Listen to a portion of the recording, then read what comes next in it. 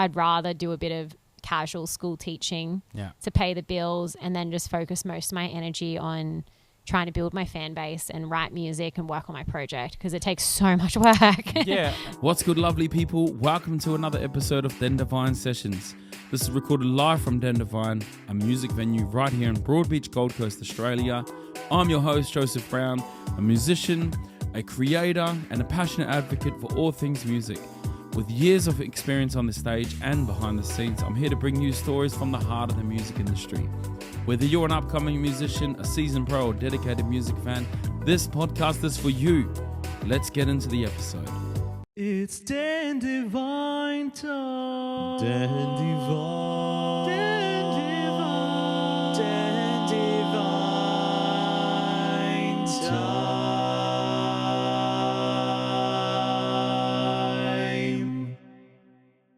Everybody in the house, welcome back to another episode of the Devine Sessions, where we talk about music. We're here at an awesome venue called Devine, here at Broadbeach in the sunny Gold Coast, and we have an awesome guest with us today. This is Sunny. I know, yesterday my life was... we've been singing that song ever since I arrived, which is a total vibe. Do you sing the song in your set?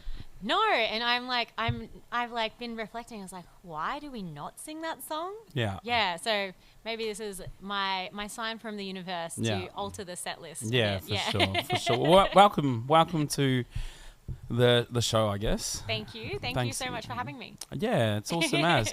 Look, obviously, like we like to start things off, this is all about music. This is all about the music industry. This is all about everything in the music scene, and I guess we want to try and correct some of the public image of what music is, because to me, music has always just been a hobby. But to me now, it's serious stuff. Like it's a real, tangible concept. It's such a beautiful industry, and I think the industry needs just a lot more props on people understanding music's not just Ed Sheeran and Beyonce. There's a lot more that happens down here than people realize. So thanks a lot for coming along, and I'm sure we're gonna have such an awesome conversation and get into it. But I'd like to start always where it all began. So I like to understand, where did music become a thing for you, like from concept to you wanting to become a musician full time, to you now where you are now, and what's coming for you. So take me back to the start. Gosh, this is like going to be a very multi-layered response.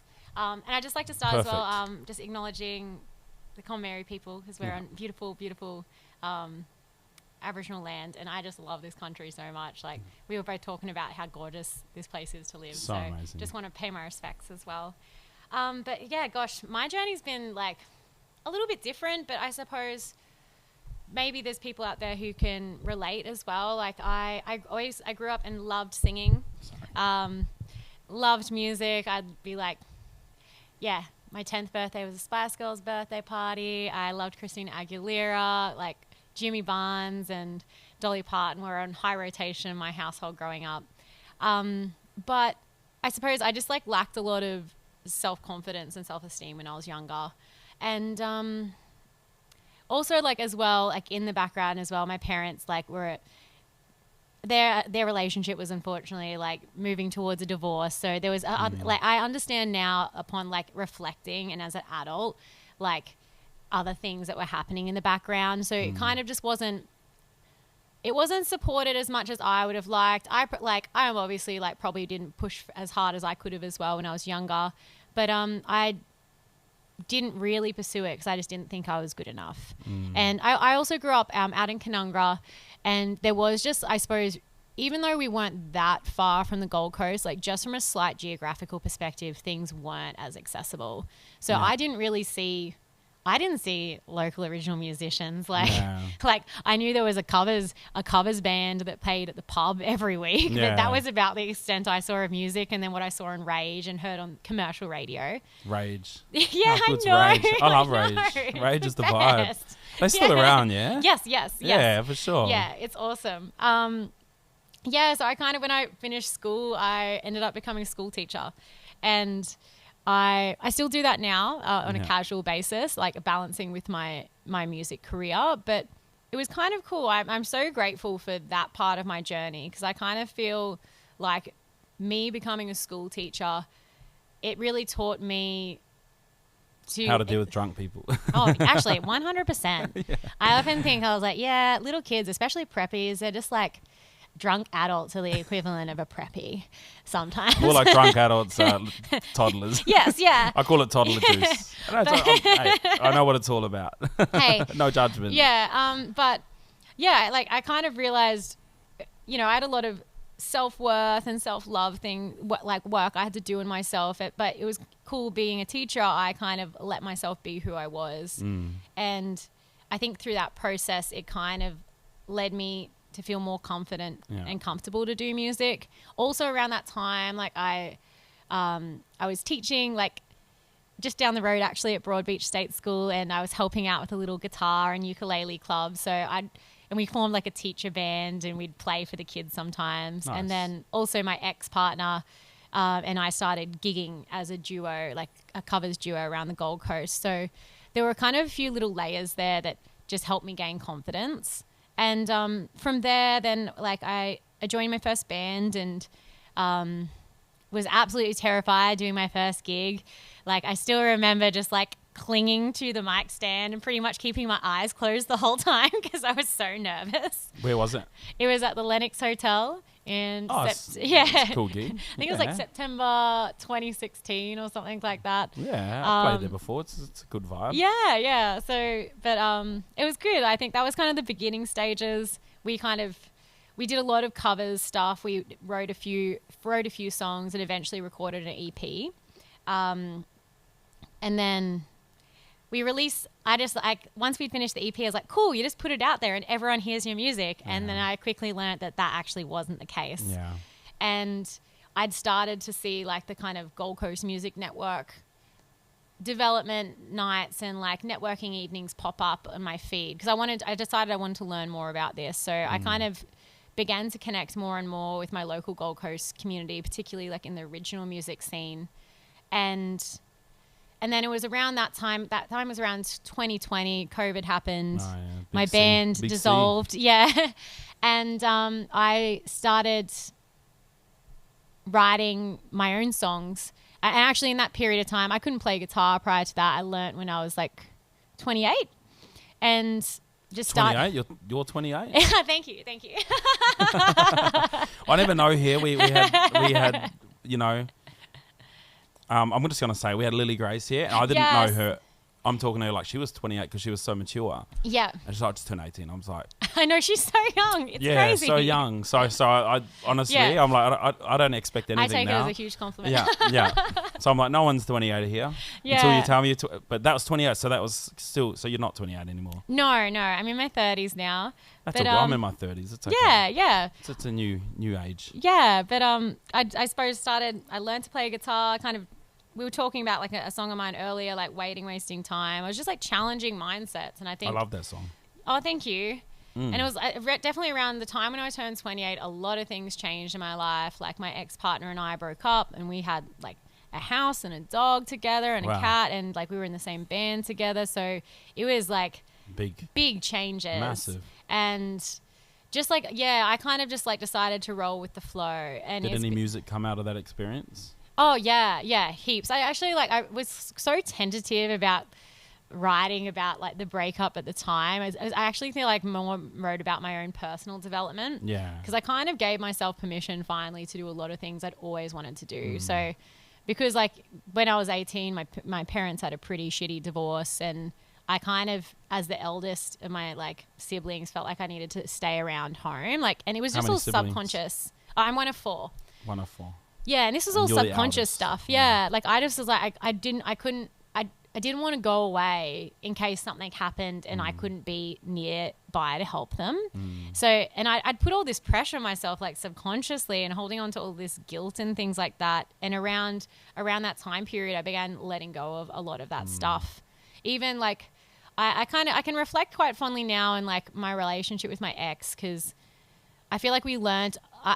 We needed to be together to learn a bit from each other, and I'm grateful for that. Like we definitely weren't meant to be together at all. But I think I learned a lot of learning. lessons. Like, we're humans, you know, like we learn from these things, and it creates new stories, and it creates new, you know, it's a lot can come. I've been through my share of dark stuff, you know, where it can feel unfair at times, you know, but when you come out the other end, I've got a song called Beautiful Chaos, which is about that. Like, chaos can be beautiful, but you can't see it when you're in it.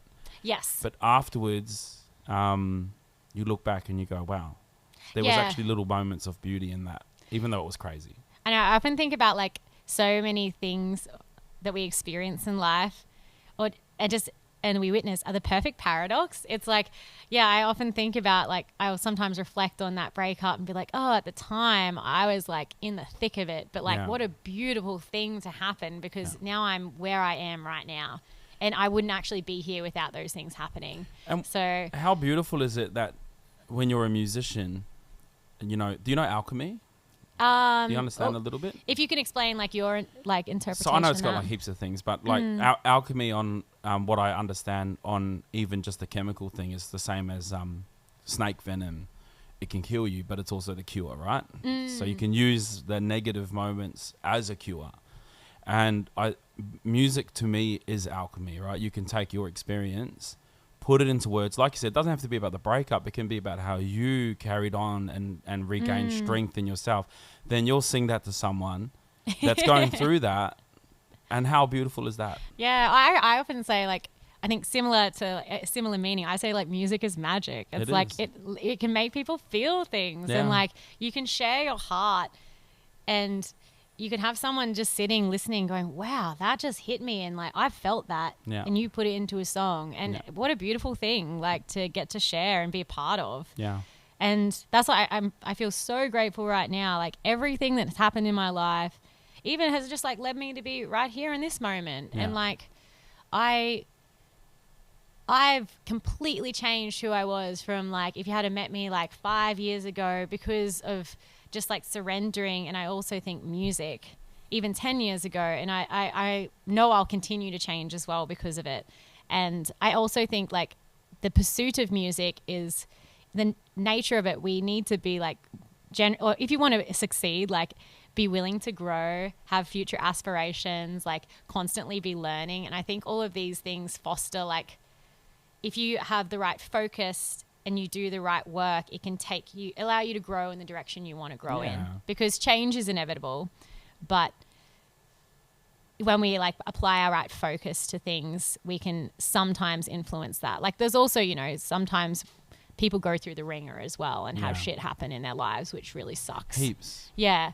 But I'm being a bit vague now, but yeah. No, but it's true. Like, what you're saying is true. And I want to bring up that point on success. Like, obviously success is so subjective to so many people that some people think to succeed is to be Pearl Jam, which of course is success. Yeah. For me, success is I get to play music and support my family. I could never imagine that, right? But I do that now. Yeah. And I want to know what success means to yourself, as not the objective point, but when you looked back, say you said 5 years ago, what was the idea of success? Was it releasing your first EP? Was it like I think there's layers to success, right? Like, so what does success mean to you for music, for yourself? Yeah, I think this is always evolving. And to be honest, like 5 years ago, it was to write a song by myself. Yeah. And I write heaps of songs by and now I get to even write with my husband, which is amazing. Yeah.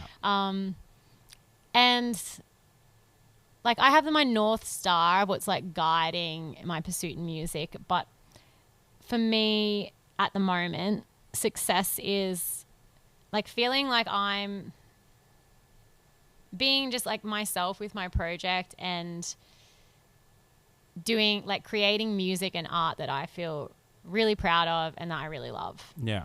So I've taken a lot of, like, financial expectation of, like, my, like, idea of success in music, because, like, I am a teacher, so I kind of I really enjoy doing school teaching. I can't do it full time.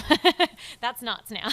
But I love being able to, I'm like, oh, it's cool. I go spend a couple of days a week at a school and hang out with some kids. Yeah. And it helps pay the bills, and I can focus on my music project and allow it to be exactly where I want it to be. So, Perfect, yeah. but yeah, for that's my definition of it right now. Yeah. It's like authentic, like remaining, the music pursuit is remaining authentic. It's my heart has to be in it. Like if my heart's not in it, I just can't do something. Yeah.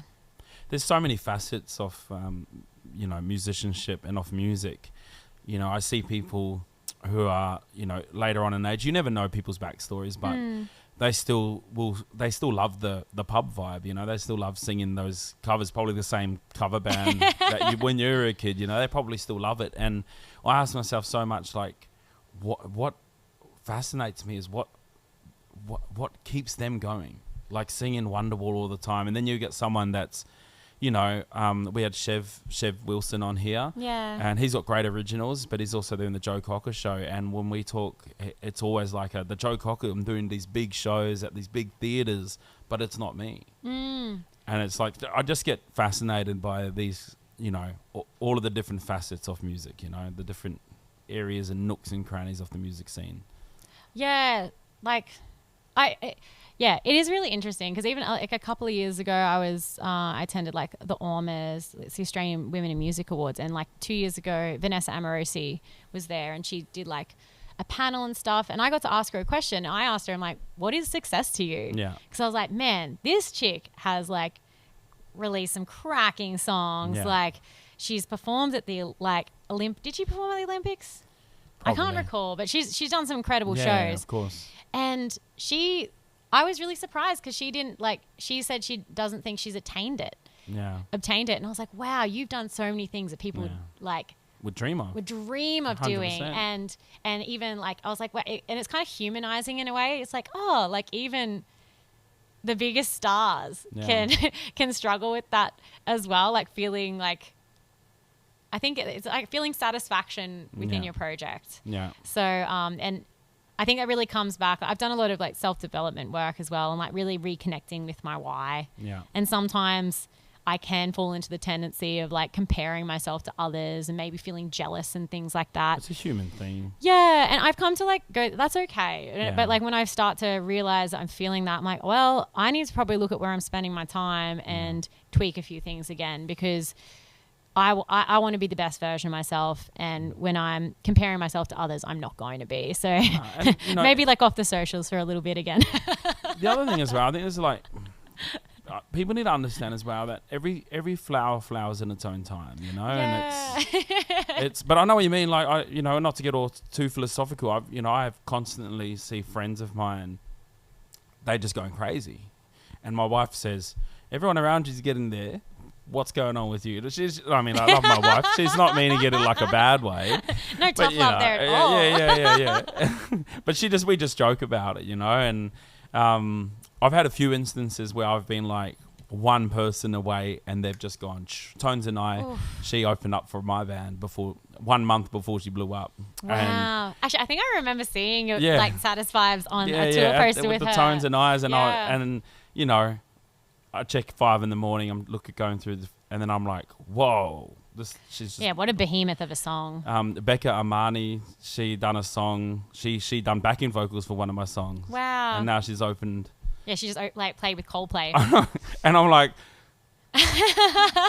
what the, but I try not, I think the way to combat jealousy and envy is love, is like, you know what, these people are doing it and they're awesome, and honoring your own journey. It's like, I have 3 kids. I can't even be successful if I wanted. If someone knocked on my door, said, hey, I need you to tour around America, I couldn't say yes, because I'd be doing that at the sacrifice of my kids' welfare, of not having a father in the house for money. I'm like, that's to me is not enough. They need me in the house. So it's honoring your journey and what's your story, and that's their story. And and I love it. Like, I think you kind of said it before. I remind myself, like, everyone has their time in the sun, and like maybe at the moment this person, like Becca's having her time in the sun. She's playing shows to Coldplay. Like, how incredible for her. That's like massive, Like, and then Georgia Smith before. Yeah, right? yeah. And it's like, I like to remind myself, like, be so happy for them because it's their time in the sun, and then your time comes as well. So it's all good. Yeah. And you know, it's all a part of life. You know, it's all a part of this big game of life and the music industry. I've always called myself this, you know, like, I heard you before saying you garden. You like gardening? Yes. Yeah. So I've always lived my life with this like a sort of metaphor of different fruits, right? And I've always said, like, I'm an avocado tree. Like, it's gonna take me 10 years to produce fruit, but once it's coming, it's gonna come, right? And it's like avocados, right? You plant it takes 10 years for fruit to come. Yeah, I actually love that sentiment, like with thinking about your music journey as well. Yeah. Yeah, that's really nice. Yeah. Yeah, so it's just, I don't know, little tools that help you keep going, you know, and not get trapped underneath this weight of expectations. Yeah. I think you can do that to yourself, you know. Yeah, and this last year I've really been letting myself kind of like, you know what, just feel the emotion and then let it go. Yeah. Because I'm like, it's like emotions are very natural things. Yeah. It's like, and you can't be happy all the time. Like, we can't have summer all the time. No. Like, or else it just loses it. Yeah, we need natural cycles. So have you lived in Darwin or Melbourne? I have travelled to both those places. Yeah, so yes. Darwin's summer all the time, Melbourne's winter all the time. Yeah. I know. Darwin's like fun. living in a sauna. Yeah. I lived there for 10 years. Oh, mad. So it's like, my sisters live up there, and I'm like, I don't know why you live up there. Yeah, I have fam up there as well, and they just love the lifestyle. So. I know, because they love to drink all the time and smoke cigarettes everywhere. No, I'm joking. But yeah, I can't. No way. I'm like, there's a beautiful sea, and there's crocodiles and sharks that can eat me. Yeah, like, there's multiple things that will kill you. Lots, right? Like, yeah. So back to when you sort of just started coming into the music industry. All right, you get this inspiration, and you were saying before you started your first gig. Yeah. What got you to that first gig? What was the epiphany that you went, I really want to do music? What was that moment?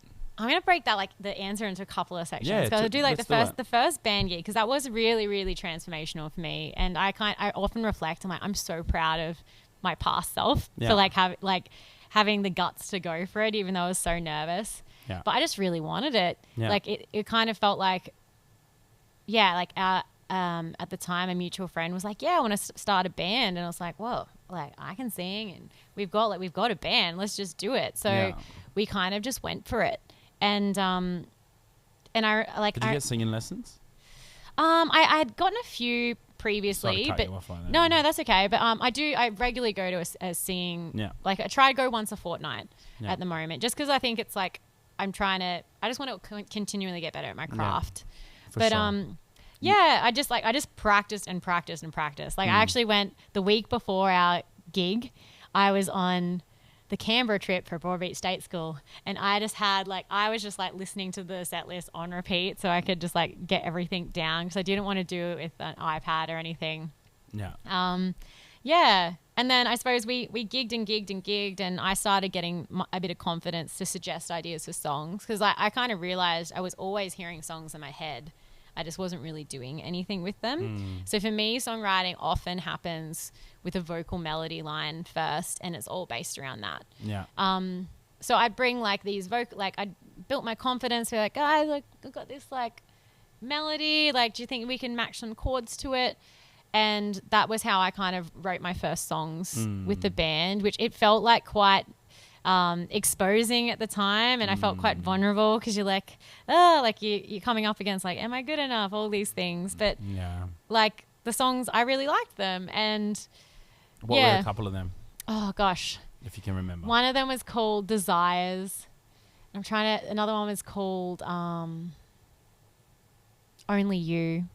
And these were your own songs? Yeah, well, I would say they were written collaboratively because I even though I came up with all the vocal melody, I couldn't play guitar at the time. Yeah. And then, so at that stage, my ex-partner was still in the band, and then when we broke up, it kind of lit a bit of this fire in me to start doing a lot of things that I'd been delaying, because I'd been wasting time. Yeah. Great. Such a great song. Oh, thank you. I know I've said it a couple of times, but I was listening, and I was like, man, it's real. Your voice is quite I call it jazzy soul.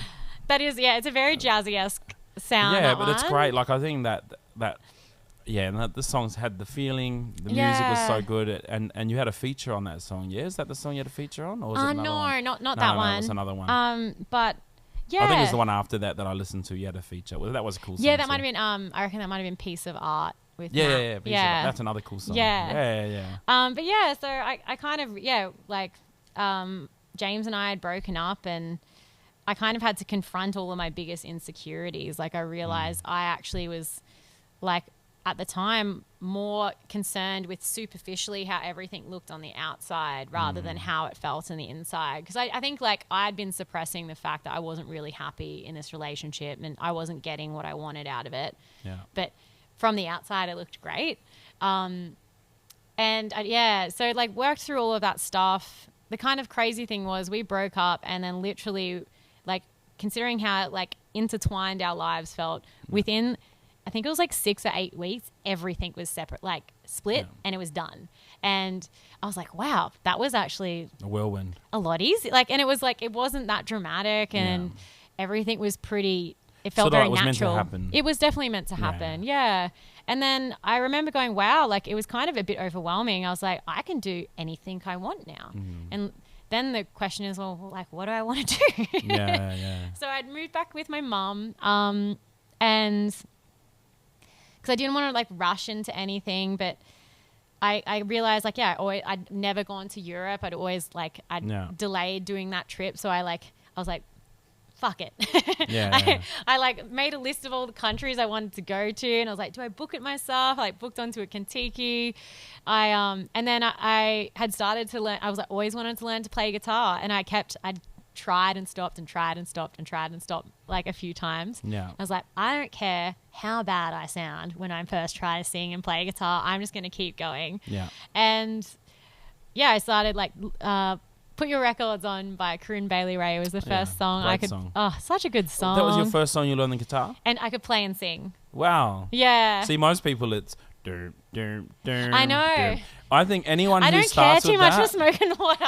I No offense or anything. I have a theory. Anyone who starts with that song never becomes a muso. I reckon every muso that I've met that's a muso, they've always got some profound song as their first song. I think as well, it has to be something you love. My first song was Tears in Heaven. Oh, beautiful. And, hits ya, And even when people ask me to play it, I'm like, it's a heavy song, It's a sad song. And they come up to me at pubs with a full house. You play Tears in Heaven? I'm like, it's not all about you, lady. There's a whole venue. You know what I mean? Sorry, it's like, I understand what you mean, but it's, if you can connect with the song as your first song, you can ride that song for many years. Yeah, but it was so amazing. Like around that time, it was, like my ex and I had just broken up. I just turned 28, and also my little sister, her ex-partner had broken up, and then my cousin who lived in Darwin, actually, him and his ex-wife had just broken up. And wow, a lot of breakups. I know, there was, it was the season for it. Yeah. And must have been when Taylor Swift was coming up. Who knows? But so we actually like Chris. Shouldn't say that too loud. Those Swifties will come after me. Sorry, everybody. Chris is like, let's go on a road trip. So we flew up to Darwin and we drove from Darwin down to Uluru together with his two boys. I just brought the guitar and was just like playing heaps. And I around that time booked this trip to Europe, and I was like, you know what? Maybe I could bring the guitar with me. But I'm like, I'm not going to let myself do it unless I can play and sing 50 songs. Like, that's the deal. I'm making this deal with myself. Like, because I don't want to be that person who just, like, brings a guitar but can't really play it. Like, so. Doing the whole. Yeah. You are my sunshine. Sorry. And so. We've all seen them. Saw a couple last night. Starting point, Yeah, everyone starts somewhere. And I think it's like. But 50 is a great goal. Yeah, I was like, I think that's like, and. Did you hit it? Yeah, I did. Smashed it out of the ballpark, actually. I had.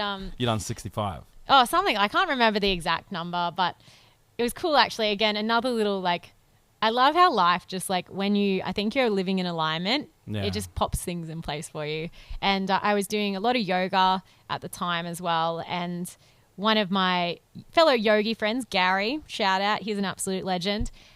We would chat, and we'd always chat at class. And he'd be like, oh, my son's a really good guitarist. Like, he could, like, and he's a teacher. Like, you should hit him up for some lessons. So Julian Holland, you're the best. He taught me how to play guitar, and it was kind of cool. He just, like, he's an amazing teacher. He's like a school teacher as well, but he doesn't do that anymore. He kind of was over the school system. But yeah, he's just like, you write me a list. He's like, write a full page of all the songs you love. Mm-hmm. And he's like, that's how we're going to do this. And he's like, let's just pick the easiest ones with chords, and and it was awesome. So we just slowly, it was quite methodical, really. I can be quite analytical with the way I process things. And that was how I got to the 50. And what's the vein you went down with the songs you learned? Was it like 70s, 80s, 90s, or was it pop songs? It was actually a lot of pop to start with. Yeah, just it has like, to be. Yeah, and I think in a way it was kind of cool because they're the like it's I still do love now. Like it's nice when you just get a 4-chord progression and you don't have to think too much. Right. It's a service industry, I think. Music at first, you're servicing people's vibes. You're bringing them back to a memory. You're bringing them back to a time. Fast Car, like I sing Fast Car still to this day. What a song. It's just great. And not only is it a great song, but for me, it takes me back to this. I have this very vivid memory when I was like 14, 15. I had one older friend who was 18. He had this car, and it was a Mitsubishi Lancer. And we used to just pump this song Fast Car, and we were just, young and innocent. And that, I have to always remember, that's what I get to do when I sing these songs. Yeah, see, music is magic. It takes you back to that moment, and it does that for so many people. It's an invisible, untangible. It's a feeling. The product of music is a feeling, Yeah. And but yeah, so yeah, I understand. You've got to go down that route of you want to sing songs people connect with. Yeah. Because, originally it was just to hit the 50. And, so I was like, I'd made that deal with myself. Yeah. And then, so I hit the 50. I brought my guitar along to Europe. And it was kind of cool. It was like a bizarre but wonderful experience because I was on a Kentucky tour with I was one of the oldest people there. And I was like, what's happened with my life? But it's rad. You're like, I'm not middle-aged yet, so it's not midlife crisis. It was actually like... It was funny for the first week I did a cruise in Croatia, and I didn't realize it at the time. I booked it at the same time of uni holidays, and I was the oldest person there, and I'm 28, and I'm like, did I really think this through? Like, I'm doing a 1-week Kentucky, and now I'm going to go on a 6-week one, and I did not have the best time on the first one. I'm like, what have I done? And I just remember going, oh, God. Croatia was fun, but it was definitely a bit too much partying. I did party hard on this trip, though, but... I was 28's not that old. Come on. Yeah, but I was around majority 18-year-olds, and we were definitely vibing on a different level. All of their older brothers and sisters. They probably went home. Is that a 28-year-old? Yeah, I'm going to go on a Kentucky tour. But anyway, the cool thing was though, the next one, I remember being so oh God, I don't know if I can take 6 weeks of what just happened. Yeah. And then it was actually the most spectacular group of people. I think because it was a long form tour. It was 6 weeks. It just kind of attracted a different type of person, and also it was a different vibe. But bloody, it was the best time. I went to all the places, all the places in Europe I pretty much wanted to go to. I even got to go down to Egypt. Yeah, wow.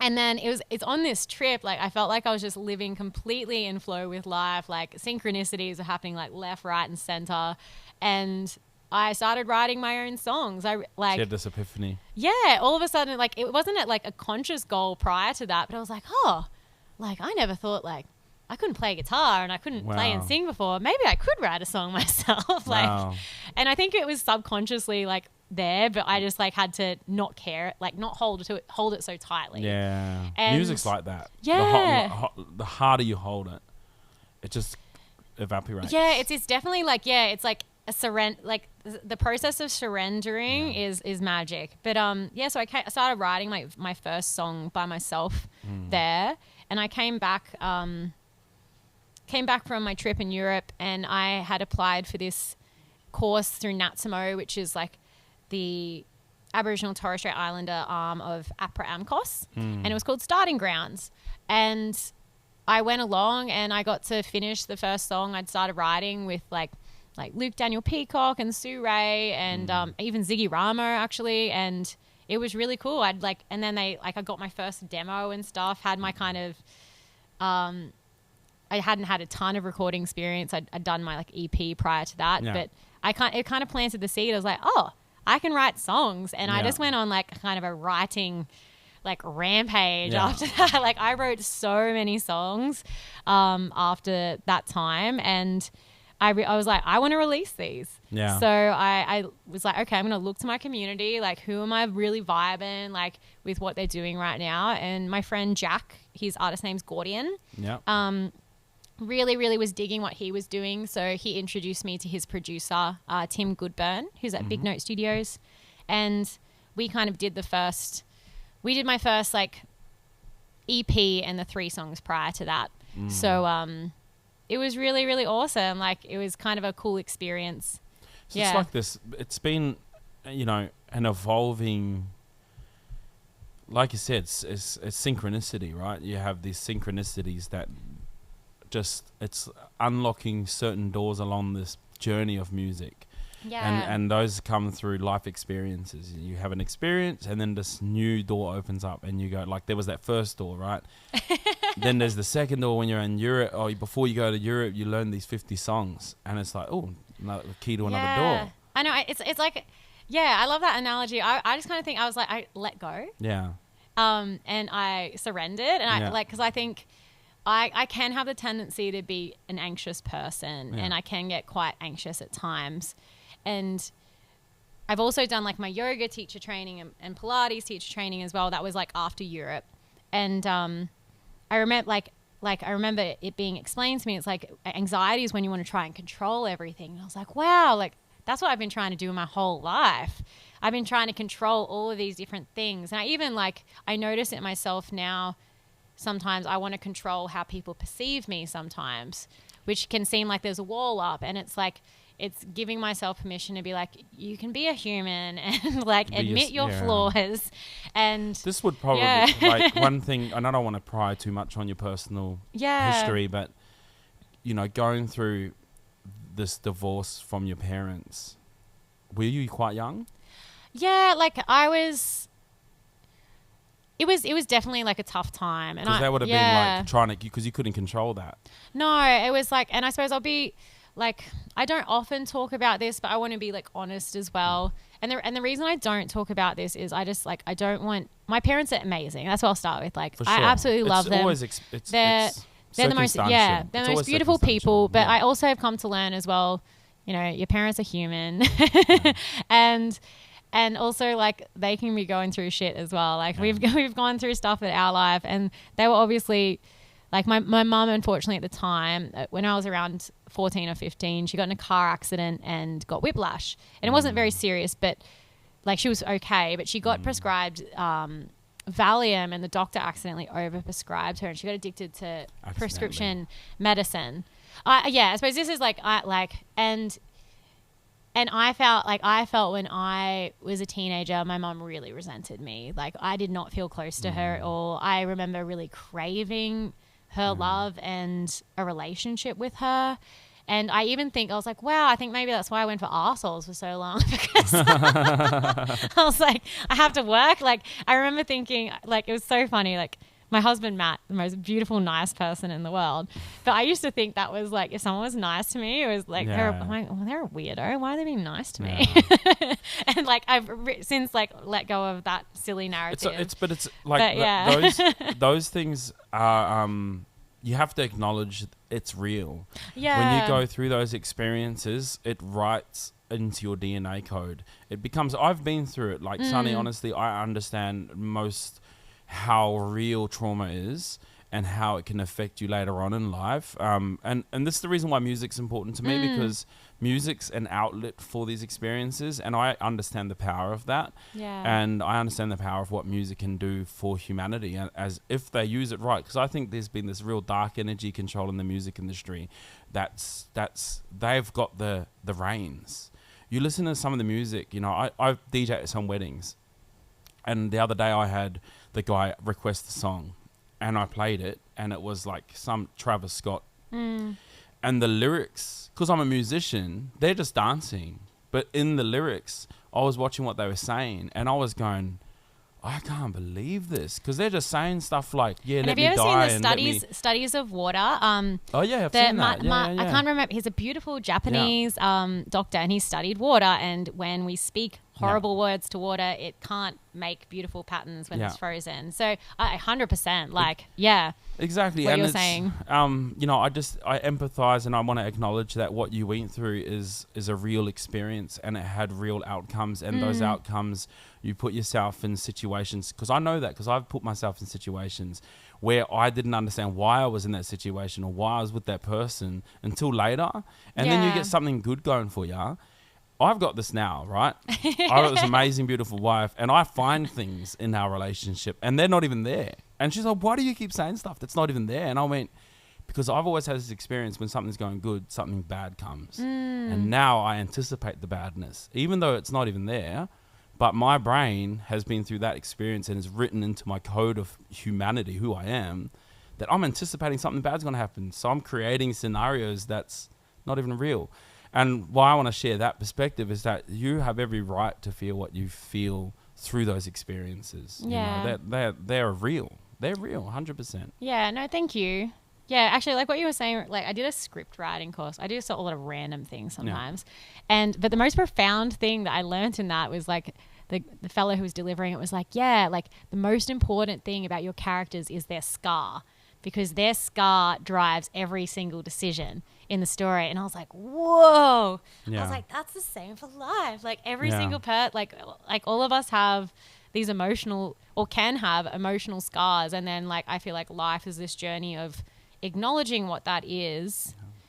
And then do you want to let it go? Which can be really challenging. And how amazing that you can share that journey of healing through this platform called music. Yeah. You can share it from when you first got hurt, that first raw emotion. Then you can share 1 year after, and then 5 years after. Then you can share, now I'm healed, and you talk about that first moment. And it's like, it's amazing. Like, that's why I love music, you know? Yeah. It's so interesting as well. I think it's a spectrum as well, because I'm still like coming to terms with even like telling this story, because I hold a little bit of. And thank you for trusting to tell the story right here. Like I appreciate that, and I respect you. Yeah, because I hold on to like a little. I don't want to make my mum feel bad. Yeah. Like she must have been feeling pretty shitty to be behaving like that at that time, and she was obviously going through like a hard time, and. Forgiveness. But I also, king. and I forgive her, but I was like, and I've worked through all of that, and it's actually been a really beautiful, like one of my, I think, proudest personal accomplishments is I've like healed my relationship with my mom. Like I'm so proud of that. And we went through a pretty shitty time for a while in our relationship. Like I didn't really want to talk to her. I didn't really want to have much to do with her.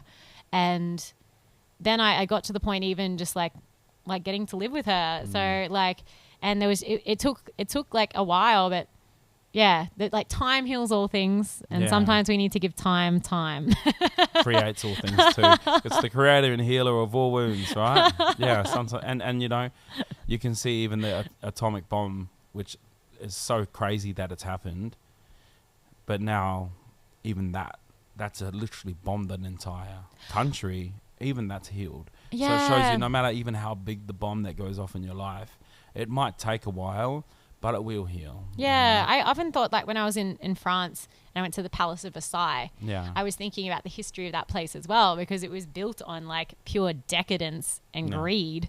And then the French people revolted and like killed the king and queen. But now, like hundreds of years later, it's employing hundreds of people and become a huge, and I was like, wow, like time has healed it. It's just interesting to observe. Yeah. And that's what, look, you know, although we're all about music, like there's layers to the conversation, you know, like there's things that it's the flavors of the music. The flavors of the music, you know, and this is what's cool about. That's what we're trying to have the conversation. It's not just about music; it's about all the other stuff, you know, and that sort of stuff as well.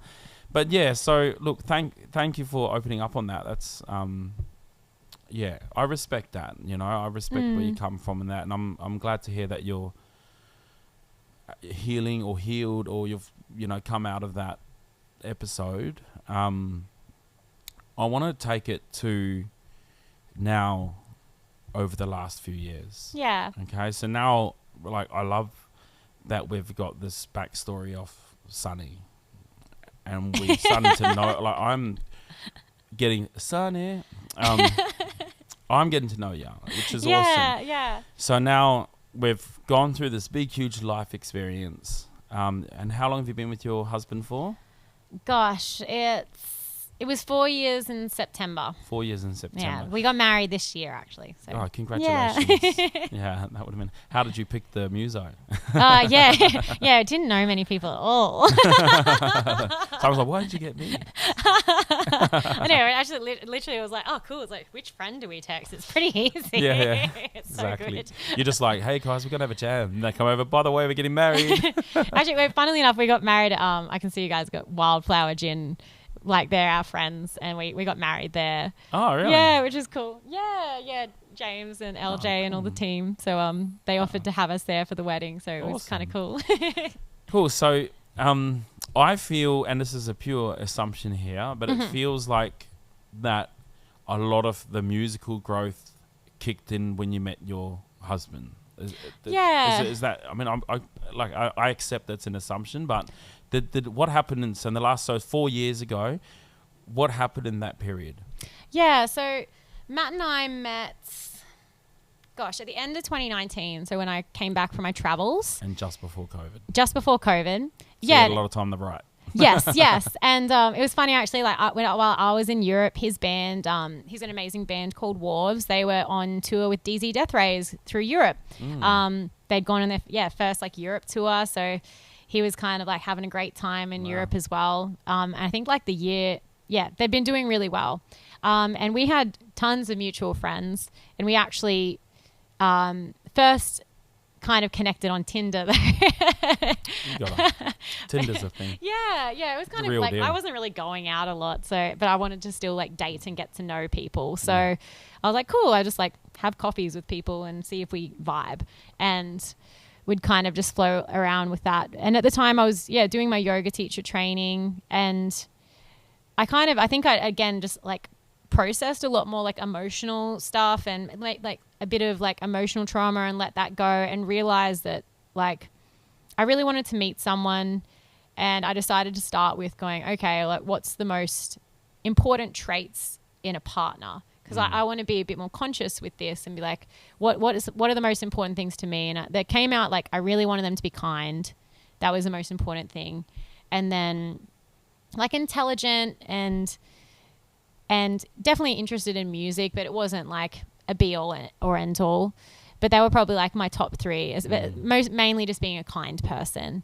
And I was really, really conscious as well as I want to make sure whatever I expect of someone else, I'm also that. Like, I think it's, So I really focused on that. And then, Matt and I had connected, and we kind of went on a couple of dates, but like things would just fizzle. Yeah. And it was kind of at the start of 2020, actually, right before COVID, we kind of like got together, and I was like, oh yeah, I like really like this guy. But he was living in Bangalore, and I was on the Gold Coast, and then like we had all the border closures. Yeah. We kind of just had like one good date, and I was like, oh, I don't like, it's a weird time. It was a really bizarre time. COVID was bizarre. Bizarre time. But we ended up a few months down the track. He was playing a show at Dust Temple, and I went along, and I remember like it was so crazy. Like I hugged him after the show and like, so good to see you, and like I'm heading off, and literally like it was like there was a magnet in my heart just like drawing me towards him. Yeah. And it was a very, very like clear body sign, and I was like, wow, I really like this guy, and he's he's very kind, and he's smart, and he likes music, and I was like, I think like he seems pretty into me too. So I was like, we should hang out more. So we kind of like dated ever since then. Yeah. But I'd already released. I'd like recorded a fair few songs with Tim. The previous year I'd recorded like my first 3 singles and released them, and was like learning how to release music and beginning to understand what the music industry was. All those kinds of things. It's a lot of learning, which I love. Yeah. And we're gonna get to that. Yes. We get to that because it's like, you know, I'll let you finish what you're gonna say, but yeah, it's good that we got to understand the people first.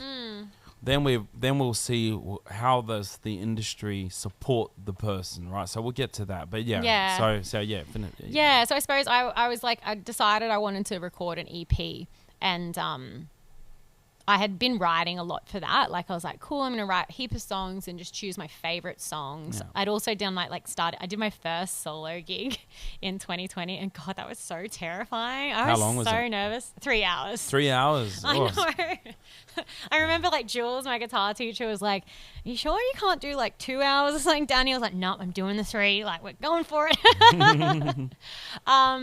But yeah, I suppose like, yeah, Matt and I had started dating, and obviously like he did music, I did music, but it was still a very slow, tentative process of writing together. Because I just like, I suppose I was a little bit conscious of like I don't want to just like rely on someone else for my project. Yeah. That was probably the biggest thing. But yeah, he ended up helping me with like half of my first EP. And I definitely think he made the songs a lot better. Like he worked on Waiting, Wasting Time with me, and like helped me flesh out the bridge part. And there was 2 other songs on that EP, Double Shot and Are We Gonna Wake Up? But I suppose I still wanted to be like a bit independent with my songwriting. But then there also came a point where we'd moved in together and we just started writing songs together all the time. So it was just natural. Yeah. It's probably from like you know, so it's only a few years after your last big breakup, and it feels like that last big breakup, that whole relationship was around you guys being musically together. So you probably maybe a bit pacing yourself and like, I don't want to put my I suppose I was conscious of, I think like I also in my past relationship I didn't want to be like reliant on someone, because I was like, oh yeah, like James used to like come up with guitar stuff for my songs. I'm like, I want to be able to do this myself still, and that was really important to me. But then also like, yeah, we just like when we moved in together, and we just like Matt would be playing something on the couch and we just start writing a song. Yeah. So it felt very natural. Yeah.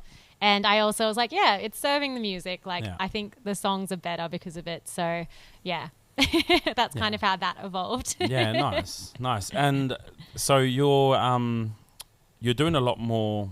Do you do a lot of covers still? Or are you transitioning, or have you transitioned into more originals? Or at the moment, so like my goal in the past like year and a half has been to play as many shows as possible, but try to keep them in the original sphere. So that can often be like a bit of a compromise of playing half covers. Yeah, I think even big acts still have, you know. And like it's a part of it. Yeah, and I have to like, it's been really good though, because we play tons of shows and we've had some cool opportunities come up, and I think we have a really great live show because we played so much. And also like it's so great getting to trial a song that you've just written in the live sphere and just see how it hits, because like we've tried some stuff and go, actually I think it's a bit undercooked, and we just get rid of it and bring something else in. So and then a couple years later you're like, actually that's all right. Yeah, it's still in the demo bank, so it's fine. Yeah, for sure. So at the moment we probably do like a fair few hybrid gigs. Like, do you know 660? Have you heard of them? They're a big band from New Zealand. I have. They sing like Don't Forget Your Roots and stuff. Yeah. And they're huge, right? And when I mean huge, they've got the record in New Zealand for the biggest ever concert. Wow. And that was like 80,000 people. And it was huge. And these guys still, they honor the songs that inspired them. So they sing these songs that inspired them. And they're like, because we have to keep this alive, this memory of these people. We might be 660 now, but what made us that was all these sort of bands that inspired us, you know? So I think like that stigma needs to go, like thinking that you can't, like you have to be one or the other. I think you can be both easily. I think it's an interesting thing as well, like being like in the like original world and just playing original gigs, because it's bloody hard. There's not that many gigs. They don't pay very well. No. Like actually not so long ago I was like on a panel for the SCU music students, and we were talking and they're like, okay, like what's a rate? And I'm like, to be honest, like it depends. Like it depends what kind of show, like what rate you should be getting. Because I'm like, I booked Big Sound like this year. It's hella competitive to get in. And like, guess how much they pay you? $0. Yeah. And what people need to Yeah. understand, I think, sorry to cut you Yeah. off again. Finish what you're saying. Oh, but I suppose it's like, I think as well, like just finding that balance between getting to play, but also I suppose like making a bit of money as well. And it depends what you want to do with music. I think it really comes down to your goals and what you're working on. But I'm trying to actively build my fan base, and I think an important part of that is playing live shows. Yeah. I know as well it can be done really well on social media. I'm working on that, but it's not That's a hard but yeah, one, you but know. I have made a lot of new fans and connected with a lot of new people through playing live shows. And like you were kind of saying what 660 do, like I've curated, we do the songs that I love Yeah. that I feel are aligned with like my vibe and my music. So it's quite complimentary, really. Yeah. And it's so like what I wanted to talk about is the foundation of the music business, right? Because at the end of the day, it's a business, right? Yeah. The music industry is 100% an industry. If you don't want to be in the industry, then you play around the campfire with your mates. That's all cool. But what we're here to talk about is people trying to make an income and a career out of the music business. And what a lot of people don't understand is at first when you're a cover artist, right, there's a really black and white business relationship, right?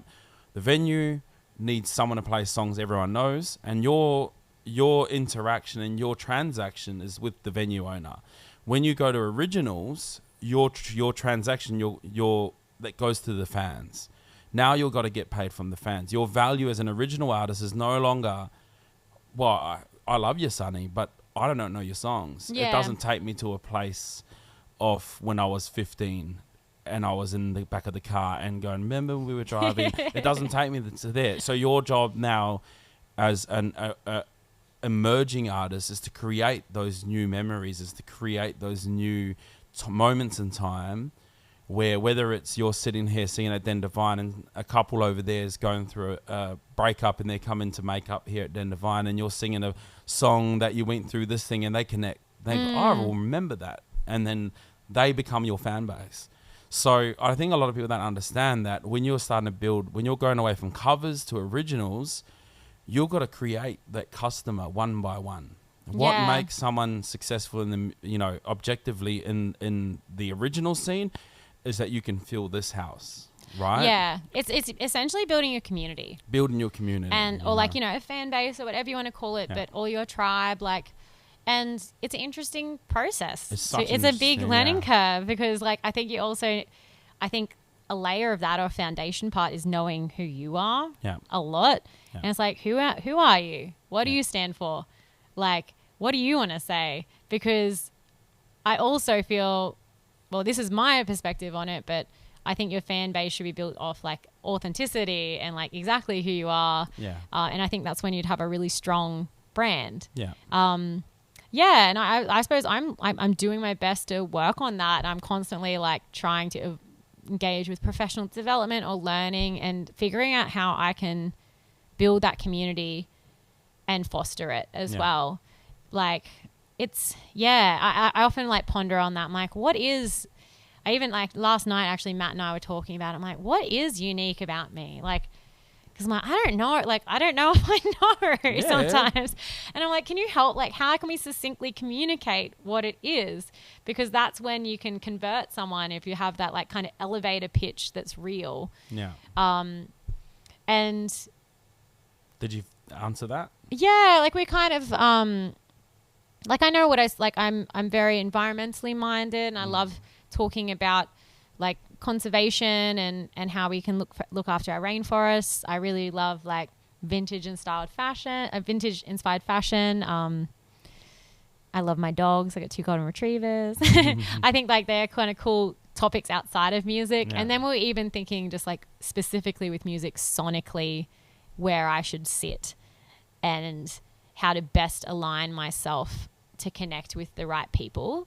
Like, yeah, my voice can often be compared to like Amy Winehouse or like Adele kind of spheres or like really kind of like an old school classic kind of sound. Yeah. So I'm like that like maybe I should be recurating all of my covers list so it's really aligned with that. So then I'm more likely to hit my fan base through my music because it's sitting in the right spot. So, and that can also ebb and flow as well, like with like where I'm just sitting with my musical journey or what I want to sing right now as well. Yeah. You're a survivor as well. Like you've survived obviously quite a lot of things to come to here, and that's such you've shown such a true vulnerability and open up some of these discussions that people don't want to go to. That's, to me, what a value that you are able to be vulnerable. This is the key, because that's what I think the world we live in is, that the audience wants to be vulnerable with you. They want to feel safe. Like, well, how can I open up to you when you can't open up to me? You know what I mean? Yes. So it's sort of like in our discussion, I've felt a real good sense of vulnerability, in a sense of like you don't have a mask on, you don't have walls up, you come as you are, and I believe that's how you are when you perform. I didn't get to go to, I'm a muso, so I can't ever come to gigs, but I did watch the Devine that went live, and you felt very comfortable up on the stage, and it felt like you're just you, which is, I think, the biggest key of music is when people are just you want to be the same when you're at Woolies as you do when you're on the stage. Like, hey, Sunny, hey, how you going? Not like, oh, someone's there, I'm running away. You know what I mean? Like, it's because they've got to change their mask. And I think that's a really big key part of, trying to make it in the music industry. And like you said, it's a really interesting scene. It's a really very interesting industry, right? It's you've got a as I mentioned, I've got a family, I've got a wife and kids, and when I'm trying to build my following, I'll stay back, right? So I do my gig, I'm like, babe, I got a gig 5 till 8, right? And then the half an hour after 8, I'm going around talking to people and that sort of stuff. And then I come home and my wife's like, you finish at 8, why are you back at 9? And I'm like, because I've got to chat to people. And she's like, oh yeah, sure. And I'm like, no, I do. I've got to connect. No, but it is actually really important. Yeah. But it sounds so weird when you're not a muso, because it's sort of like, what do you mean you're walking around just chatting with people? That's what I got to do, or else no one's going to come and support me if I just finish my gig and just disappear. Right? Yeah, I know. I do make a point of like, I try and make myself available. Like, I play a lot of band shows as well, and just try and make sure I'm available. And if I see people come up, I go and say hi, and and again, just like connect with people. And I know as a punter, when bands do that with me, I become such a bigger fan. I met. Who's the guy from Vikings? What's his name? Oh, I'm not too sure. Travis Fimmel. Oh, yes. Sorry, I thought you were referring to a band. I was like, man, I don't know. The actor? Yeah, I met him he came to one of my gigs the other at Crab Pot in Burleigh. Yes. And he we just watched that Boy Swallows Universe, me and the family. And at that day, my wife came and picked me up with the kids. And he came out and he's like, Joe. And he came over and I'm like, wow, he knows my name, And he picked up my kid and he's like, hey. And he played with the kids. Aww. He blocked out the whole world. He gave my wife a hug. He's like, how you going? He gave me like 10, 15 minutes off his time. And I went, I'm now a fan. Yeah. Now I can see you looked at me like a human instead of like, I don't have time for you. And when you see it from that perspective, you realize how important that is as a musician when you do that. It means so much to people. I also think like that's like it's an energetic exchange like that. You're like receiving like pure like gratitude and love in that moment and like presence. Yeah. And and I often like I do my best to be really grateful for everyone who's supporting me right now in my emerging stages, because this is the hardest slog right now.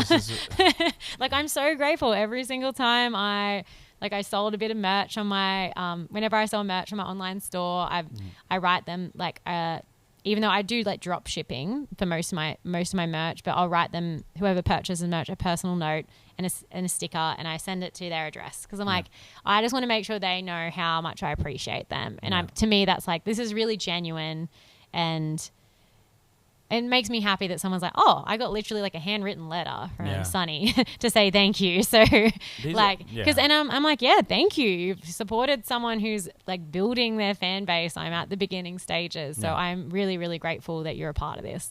And so like coming from that, like you come back from Europe, you've got this 50, 60, 70, probably 100 songs now, and you're starting to like want to transition into this becoming more of a career. Like, so what are some of the wake up moments you had when you went, this is actually harder than I thought it was going to be? Like, I know you mentioned before that you drop an EP and you think everyone's going to listen.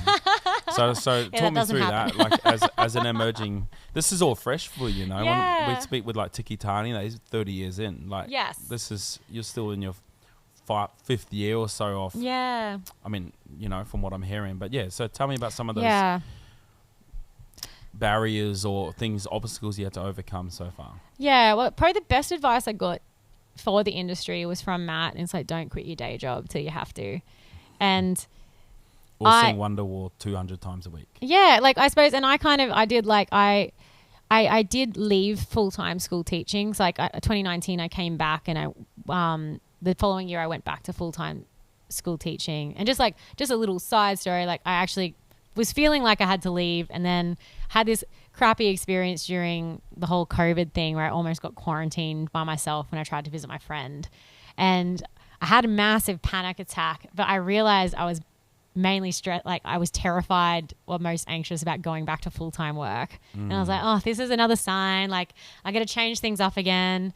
So I ended up just like I took leave, and I was a yoga and Pilates teacher. I was like, in the middle of COVID, I'm going to work on gigging for the first time.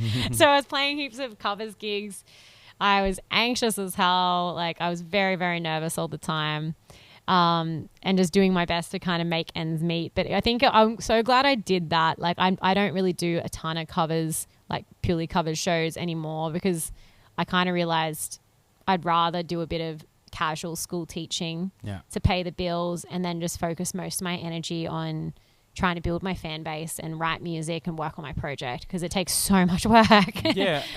So what were some of the building blocks that got you to understand these concepts of building like you know, fan bases and stuff like this? Where did these, was it, you mentioned that you went to a lot of networking. So like were these like really helpful for you? Massively. I'm very tenacious as well. Like, and I kind of like, I don't like to do things half-assed either. Like I'm kind of like all in, baby, let's go.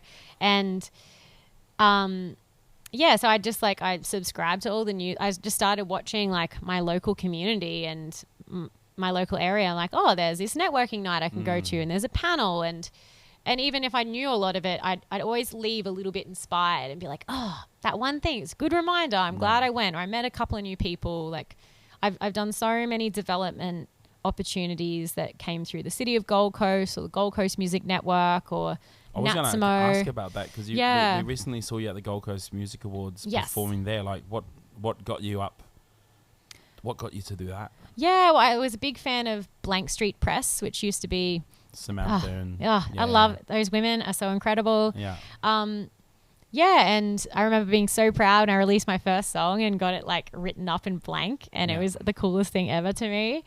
And I've just slowly formed my relationship with Sam and Chloe and all of those incredible women over the years. They're amazing. Thank you, Gold Coast Music Network. We love you so much. And I suppose like I was pretty chuffed, to be honest, to get asked to play. Great performance, by the way. Oh, thank you. Like I kind of felt like I had a really very, very, I feel very blessed. I had a nice time in the sun around that time. Like we got big sound. I got to play the Gold Coast Music Awards. I also got to attend. I got like selected to go to the Green Music Australia artist retreat down in Palawa country, Tasmania. So I had this like incredible run, and I was like, well, I'm so lucky. Like released a cool song, got to work with some cool producers. It was awesome. But I think like I just don't stop. Like, and I do. I give myself. I have good self-awareness, and I know when I need to have a break, and I'm working on that. It's definitely sometimes I push it too far, but I can't take no for an answer. Yeah. I'm a bit stubborn. Like I've gotten some funding as well through the City of Gold Coast. But before I got the first grant across the line, I wrote a heap of doozies. And even the one that I got funding to record my first album, it got knocked back the first time. But I knew I could get feedback, so I got it. I applied the feedback, submitted, and I got the money. And even like I was just saying earlier, like I've been knocked back like maybe 7 or 8 times from Arts Queensland at this point, and I'm going to still keep trying. But maybe actually no, I'm going to pivot that one because I think my reflection for Arts Queensland is I need to have a slightly different project, I think, for what they want to fund. But I'm looking elsewhere. Like I keep trying. So I'm like, even when I get knocked back at things, I'm like, that's okay. Like, get up, dust yourself off, and what can you do differently? Yeah. I get a bit suspicious on. I mean, it's just me. I'm a bit suspicious-minded, you know. But I'm always like, I feel like when I look at all the winners of it, they're like all these big, huge orchestral Sydney Opera House and that, because they're the big, you know. End of the day, it's an investment, and I never see independent artists getting these grants a lot. But that's just my own opinion. I don't know. Well, actually, because I'm an arts assessor, I'm peer assessor for Arts Queensland. Yeah. So I have been involved in the assessment process and how that money goes. So I can explain if you want to learn. Yeah, we should. Yeah. But I would think my advice would be, if you're like an independent musician, unless you have like a crazy, compelling project, I probably wouldn't go in for Arts Queensland QASP funding. Yeah. I would, unless it was a really collaborative project. Because essentially, like, unfortunately, they don't have enough money to spend, but they get a pool of peer assessors from all around Queensland and all different art forms. Generally, I get, like, because I'm a music specialist, I would get assigned all of the music applications. And then I need to read the project and assess it based on their criteria. And a lot of it is as well as what will most impact the community. Yeah. So it is kind of like generally collaborative projects that are more collaborative in nature, just are more successful than, say, like a one artist wanting to do an album. Yeah, unfortunately. So that's the thing. That's one thing to consider. But then also they want to share it across art forms and then geographical locations. So there's all these different like layers to it. Sure. I think funding is the best and the worst thing. It can it's hard to get, and it's very, very competitive. It's great if the ones like, for example, Devine Dan here, right? He got this grant. And look what it's doing. Yeah. So that's great. If you get the grant and you're actually, if it's coming out and actually is supporting the community, which a lot of them do, then that's great. It's all about the integrity in the person. I know of someone who I won't mention who got a grant for like 60 grand to buy this equipment. He bought it all, sold it, got $10,000 worth of equipment, pocketed 40 grand. And I reported it because I went, you are the reason why I have a problem with these people. Yeah, no, I would have a problem with that too. I just I don't really like dishonesty or like taking the piss like that because, And it's a common thing, and I know that breaks my heart a little bit. It does, and I know, look, this is not just an opinion, this is through experience and happening more than once, where people get grants and suppliers hike the prices up and to pocket a big chunk. And we can't say too much on here, but that's come close here with a lot of other things, right? I'm not going to go into details, but I know more than once where I've reviewed a quote from a company to get sound from other people, and I'm like, I've got friends who install, and I've said to them, you know, what's this quote come to? And he said, that's $8,000. And I went, well, he's quoted $50,000. So I know that person pocketed $42,000, and I'm like, that really bums, because I like to see the best in people. Yeah, it is a bummer, but because they think it's not your money, it's the government money, so I can get the pocket, you know. Yeah, so I know that bums me out, to be honest. It does, and I think that's one of the conversations that need to be had here. Is like, you know, these tools that need to be put in place. I don't know the answer. I'm not here to bring the answer. I'm here to have a conversation. We want to, after talk to musicians, we want to talk to people in the arts. We've got Glenn Tozer coming to talk about from a counsellor's perspective. We'll invite people like John Collins, who's just been appointed the nightlife commissioner. This conversation is not just about musicians; it's about how we make the music industry as a whole. It's everyone has a responsibility, you know, environmentally, right? Yeah. There was that support local, right? That was a big thing. Or environmentally, it's only one straw said 8 billion people, and that needs to come to the music industry. There needs to be responsibility from everyone, so we can all come together and look after each other and create better opportunities, safer places to play.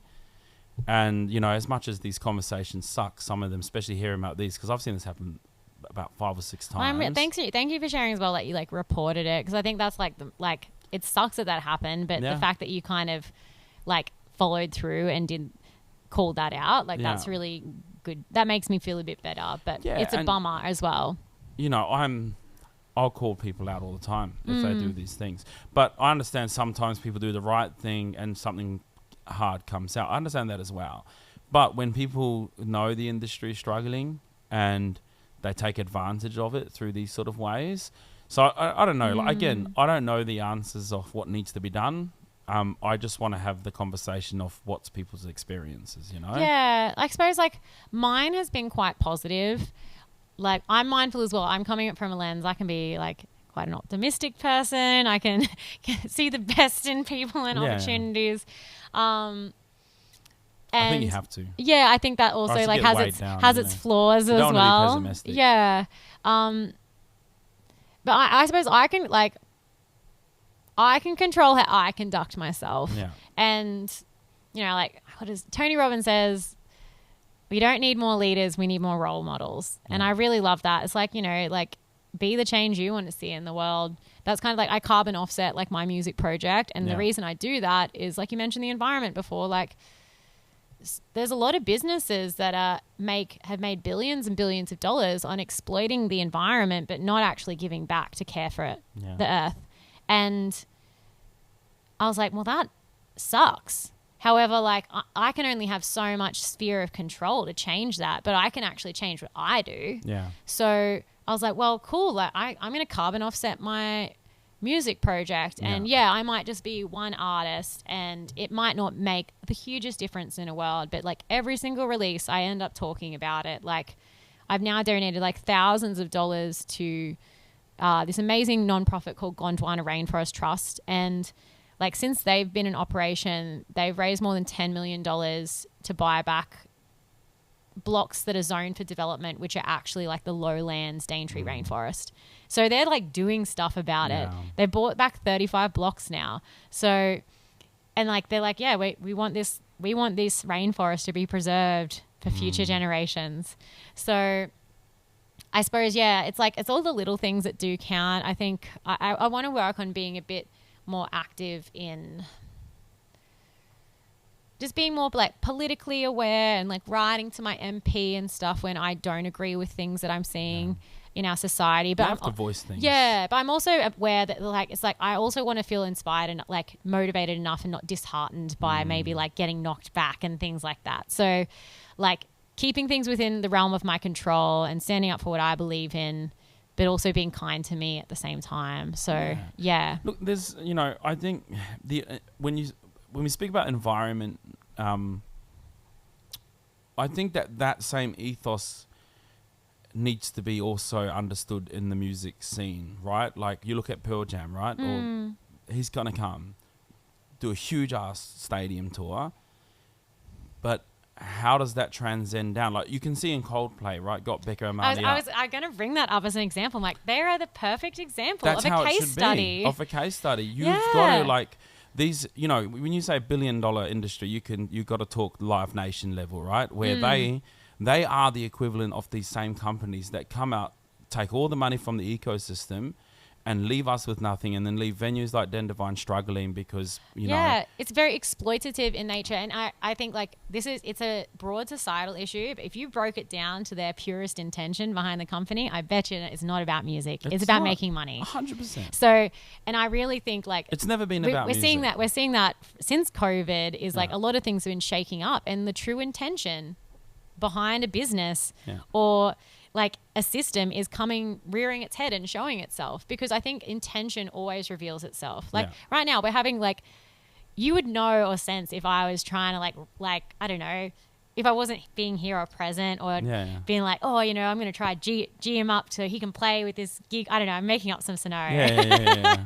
But yeah, like we can always sense that from each other, and we can sense that with businesses and other things as well. You do. Like, yeah. We have a sense. They try and dull it down in us and make us think we're crazy, but we're not. We're intelligent beings with a sense that we have to trust in a intuition. And that intuition's like a higher self, some people call it, or spirit or whatever, you know. There's something else that goes on that makes you see the lion in the bush before you see the lion jumping on you. Like, you could go back to our ancestors. I had the saying through COVID, right, that I had to live by, and it's like, was our ancestors, if you went into the cave knowing you could see bear claws and bear shit, and you get eaten by the bear, that is your own fault. Because the end of the day, the signs were in front of us before seeing the bear. Why wait till it's too late? It was very obvious. Bears to that. And you know, like, I don't want to get like conspiracy. Sorry, I had to make it funny. You had to. It's all good. I should have been quicker. I'm a failure of a dad. Because that was too quick.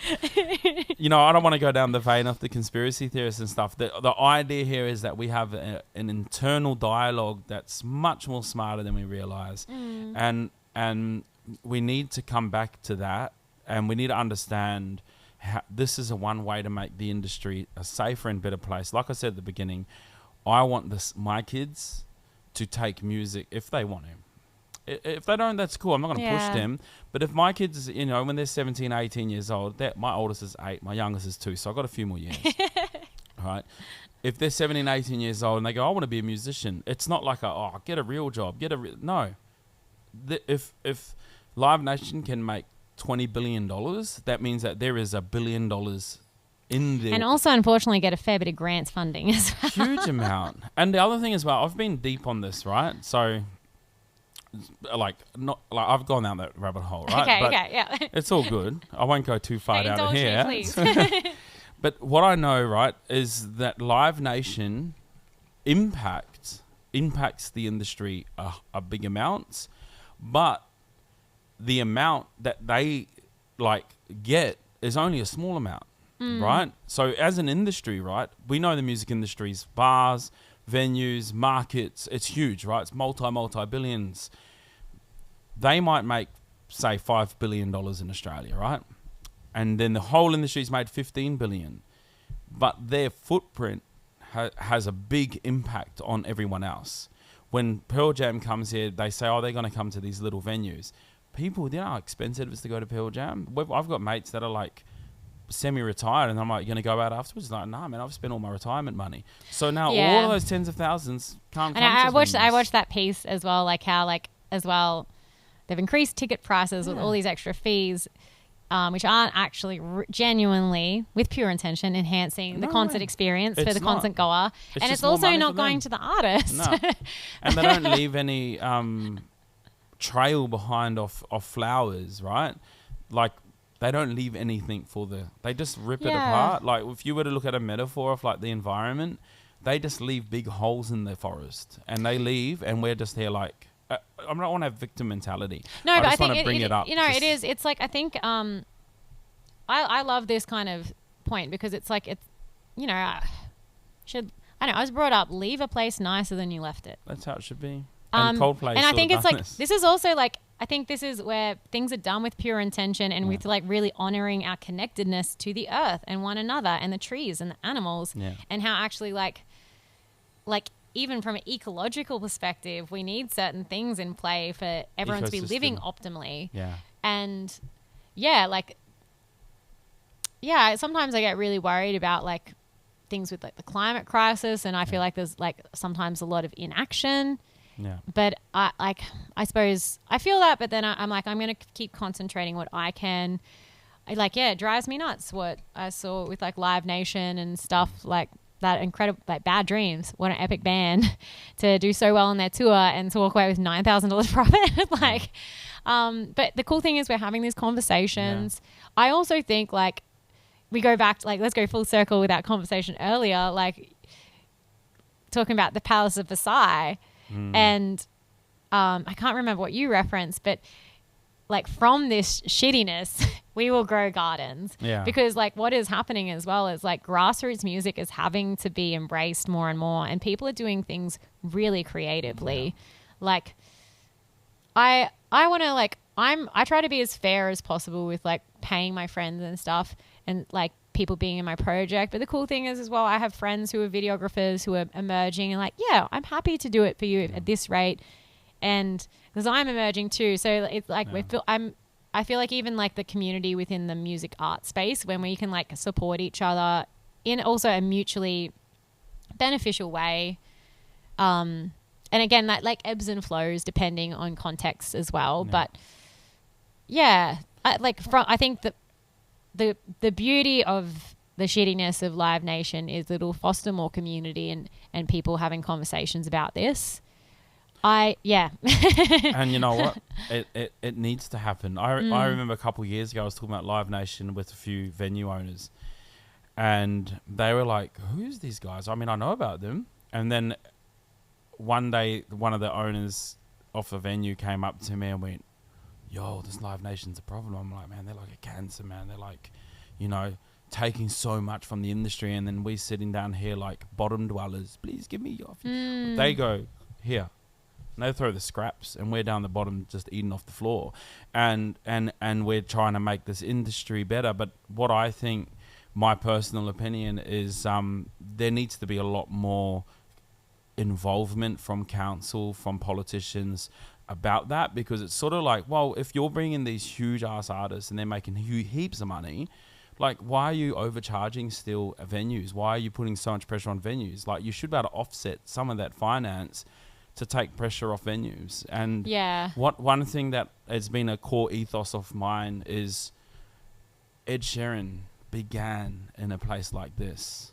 Pearl Jam began in a place like this. All these people, you're suffocating the next Ed Sheeran. Even like I'm on the cusp of like booking a run of shows, hopefully like down the East Coast. It's real. Like I caught up with my good friend Annie Hamilton, and she's like epic muso, like doing really, really well. And I was like, okay, give me some pointers on venues to book in Sydney. She's like, man, I don't really know. Hey, she's like, we don't have many small venues. And I was like, well, like even then it's like, did you know 1,000 venues closed in 2023? Yeah, it blows my, it's like, yeah, and hats off to like you guys here at the Devine team for like what you do here. Like, yeah, it's amazing. Like you're like supporting heaps of independent musicians, have a place to come and play and perform their music and pay them, which is like, it's crazy. But, and I really think, the government do need to step up and support or intervene because. Intervene. Yeah. I think this is a wicked problem as well because like to me, it makes so much sense, but perhaps I'm not the one making money. Like I think it'd be interesting to follow the money trails and and then see the corresponding opinions. Yeah. Look, I know that as we dive deeper and deeper into this podcast, I'm going to hit walls with some people because there's going to be like a money trail that they've got to close that door on me, you know? And I'm looking forward to that day because I reckon it'd be really obvious. Like we'll talk about Live Nation. Oh, I can't talk about Live Nation. I can't talk about Live Nation, okay, let's not talk about Live Nation, you know, and then you sort of understand what's going on. But back to so there wasn't, you couldn't find much gigs in Sydney. Was that the? Oh, I've like been creative. I found we managed to book just a show the other day. Like I've been messaging heaps of people. Like so I'm stoked we booked a show. But it's hard. Like even Annie was like, man, like as an emerging act, she's like, you kind of have to like kind of cop it if you want to be touring in Australia. It's probably going to be at a loss when you're starting out. Like I've heard, like I won't say names as well, but I've heard of bands get phenomenal international supports across Australia and do those at a loss. And it's so yeah, I'm like mindful of this whole landscape. I think that's why like I'll probably keep doing a little bit of teaching on the side, or have like my normal, like some sort of day job on top of doing my arts career. Because I suppose I know when the time comes, it'll help support me take that next step. Because I would love to secure like an awesome Australian support, like, and tour the country that way. I'd probably be happy to do it at a loss to like bring put my best foot forward. And if it was the right crowd and genre aligned, like, why would you not? No, Like, of course. Look, any business, you've got to, like, if you know anything about Amazon, everyone knows Amazon. They know Jeff Bezos is the richest guy in the world. But if you look into the history of that, he ran Amazon at a loss for like the first like 15 years. And anyone who understands business, like, this is the thing, is music's amazing. Unfortunately, it's not the primary. If you want to be a musician full time, your primary needs to be the business, and the secondary like needs to be the music, right? Yeah. When you understand business and you have an entrepreneurial mindset, you understand there's got to be some loss to get the gain. Like, that's and I think it's so cool. Like, you bring up that point as well. Like, I'd love to bring up the term like portfolio musician, if you've heard that. Like, most musos I know, or music industry professionals, have so many different skill sets. Yeah. I'm sure you do as well. But like, it makes me think of like Brad Hosking. Like, he runs the course at SCU. He is a producer, a session artist. He writes his own music. He writes jingles for radio and advertising. Like, I don't find other ways. So he has like so many different streams of income. And I think it's important to like, you got to be able to pay the bills first. So whatever feels good for you, like if you're happy to have a day job, if that feels like it's serving you, or maybe you're like, cool, I actually love playing live, so I'm happy to do live shows or weddings. But for me, it's been the balance of doing a bit of school teaching. I can teach yoga and Pilates. I don't do a ton of that, but it's a little bit extra stuff I do. I assess grants. I help people write grants. I do a bit of speaking now. It's kind of like, and I place shows, I sell a bit of merch, get a little bit from streaming. I'm working on that. Again, it's a space for me to learn and grow. But the cool thing as well, I love like Dolly Parton describes her songs. She's like, my songs are my children, and they'll look after me. They look after me in my old age. It's a long-term investment. Yeah. And I love like, it's like also anything can happen. Like, how crazy, Kate Bush running up that hill, having another moment because of a sync placement, Murder on the Dance Floor becoming like a big song again this year. And you're That's like, thanks to TikTok and TikTok's, I think people undervalue some of these tools we have. Because they've got real big power. Like, but it's an equalizing thing, because I know like a few of, some hate it, but it's done really good things. Look, I think that one thing to accept is short form video content is not going anywhere. Like, and so I think I this is, I suppose, coming from my own learning. I was like, I'm going to find a way of having a healthy relationship with creating content. And also, like, this is actually a way where I can find my community. If I can clearly and concisely communicate who I am in a way that feels authentic and good to me, I'll be able to connect with my people. And it's literally like, I know, a few really amazing producers who have worked with incredible people, and they're like, man, the biggest people in the industry don't know how to break artists right now because the old systems don't work. So because of things like TikTok and how things have shifted and changed since COVID, and with like loss of touring for a bit, and then like even now it's back, there's like this plethora of overseas artists inundating. We've lost venues. Like, all these things are shifting and changing. And it will settle. It'll come to a point where things will start making sense. It'll weed out the bad, and the good will flourish. Like, as always, like, always good fruits come out of compost, right? Like, I live by a saying, you can't polish a shit, but you can use it for compost. And it's like, my friend actually, Charlie, he's in a band called Formidable Vegetable. He wrote a song about composting poop to grow vegetables. There you go. It made me laugh so much. It's great. It's like, my dad's dunny or something turns it like grows tomatoes. It's actually like the funniest song to listen to. Cool. So we've gone through such I feel some good topics. We've touched on some really great points, and I'm really excited for that. We come to this point now where I really like to try and get some insight from. It's from an artist perspective. And I've repeated this every single episode, but that's because I want to understand on a deeper level, right? I strongly believe that your venues, musicians, and fans, that's at the core of everything, is what makes the music industry. And people like Live Nation, they understand that and can manipulate everyone. They own the chessboard, right? They own it, right? They own the monopoly board. They can tell the artist how to perform, what it costs. They can tell where they play. They can tell who's going to show and dictate everything, right? What I want to understand is how we can get some wisdom back into these arenas of venues, right? So what I like to talk about with everyone that comes on here is because a big part of the app that we're designing is to create a better connection between venues, artists, and fans. That's a big part of what we want to do. And we can only get to the bottom of that when we speak to enough people about what each of those parts means. So what I wanted to ask you is, as an artist, right, we're going to start with venues, okay? What allows you to be your best when it comes to venues?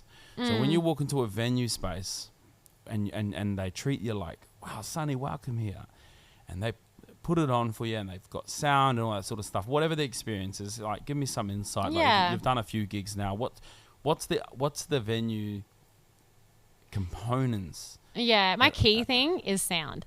Like having a good sound person and Yeah. having good sound, because like that's the crux of the gig, isn't it? And I've unfortunately done some gigs with Horrible sound. horrible sound, and they're my least favorite gigs. Yeah. So I think that's the most important thing. And then probably just like clear communication. Yeah. Leading into it. Yeah, I think So like as often as marketing, possible. media.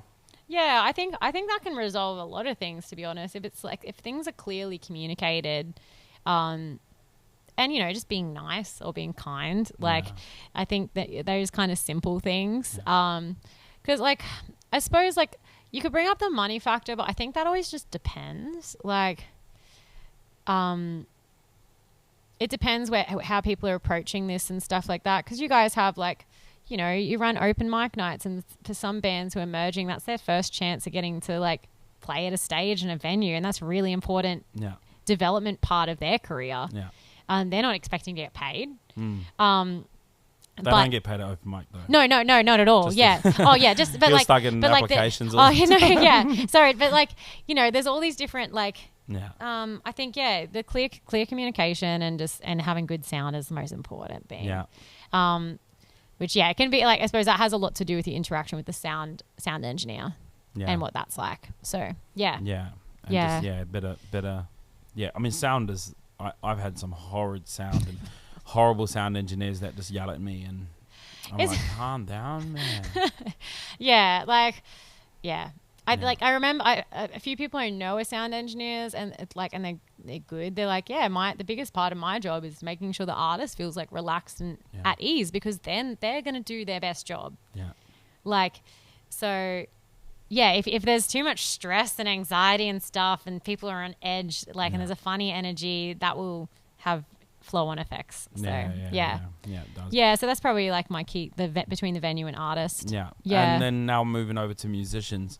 The reason why, I know you're a musician and I get that, but the thing is that I've found that I've walked into some venues after a musician and they've given me attitude. And I'm like, why are you giving me attitude? And they go, because the last musician, went past, or he was on his phone on stage, or he was drinking, or he was like over drinking, or he was drinking top shelf, or whatever it is. Oh, so the venue to you kind of thing. Yeah, but it's the musician who left that distaste, right? Like that's the next thing. It's not to talk about any individual, but it's to talk about what we can do as musicians to make the environment, like the industry, a better place when we come to a show, like things like this. Do you know where I'm coming from with that? Yeah. No, I think actually, like, unfortunately, there's always going to be people who take the piss and don't do the right thing. But the thing is, they forget as well, our industry is like this big.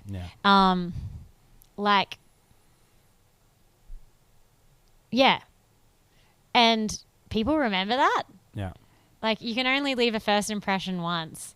Yeah. Like, and I don't know about you, but I don't care how awesome someone is. If they're a wanker, I don't want to work with them. I'm like that as well. I'm like, man, no, like, I'd rather be around nice people. Like, so, like, it's crappy that happens. And I have heard of instances and stuff of that happening. Like, when I was doing, like, the covers scene way back when, I remember hearing, like, this one venue had to put a cap on, like, free drinks for artists for the artist who was playing, because he was just giving away, like, he'd invite all his friends and just let them just drink for free. And I was like, yeah, well, that's like, what's his intention then behind that? Again, coming back to intention, he's like taking the piss. Yeah, he's exploiting. Like, so be humble about it. Yeah, just be a nice person. Or like, I think they say it so often in the industry, don't be a dick. Yeah, like Tikitani said exactly that. Yeah, it's like, don't be a dick. Yeah. and actually, you know what, being a nice person pays off so much. Like, I've gotten to work with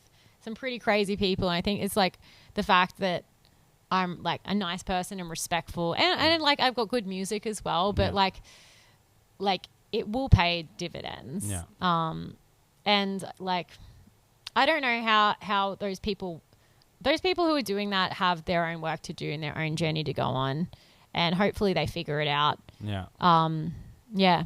Because I always like, the reason why I bring that part about musicians up, right, is because I've known a few instances where venues stop booking musos because of one experience. And then it's like, now we've lost the music, now we've lost the venue. Well, I wonder if in that instance, like, if someone would be like, have a conversation and be like, hey, like, if you knew that person, say like Bob, like, hey Bob, like, just a heads up, mate, like this venue, like, won't book any music anymore because of like the shenanigans you were pulling, and like, I've just lost this many gigs because of that. So just so you know, like, that's the flow-on effect of your behavior. Yeah. Like, maybe someone kind of has to politely call them out. Like, you can't control what they do from there, but then, you know, you've said that, you've spoken your truth. Yeah. Not to sound cliche, but you're like, I just want to tell you like what you did. Yeah. Because then everyone's on their own journey, like, and you don't know how much self-awareness they have, or if they're even aware of their behavior, like what scars driving them to do that. Yeah. Yeah.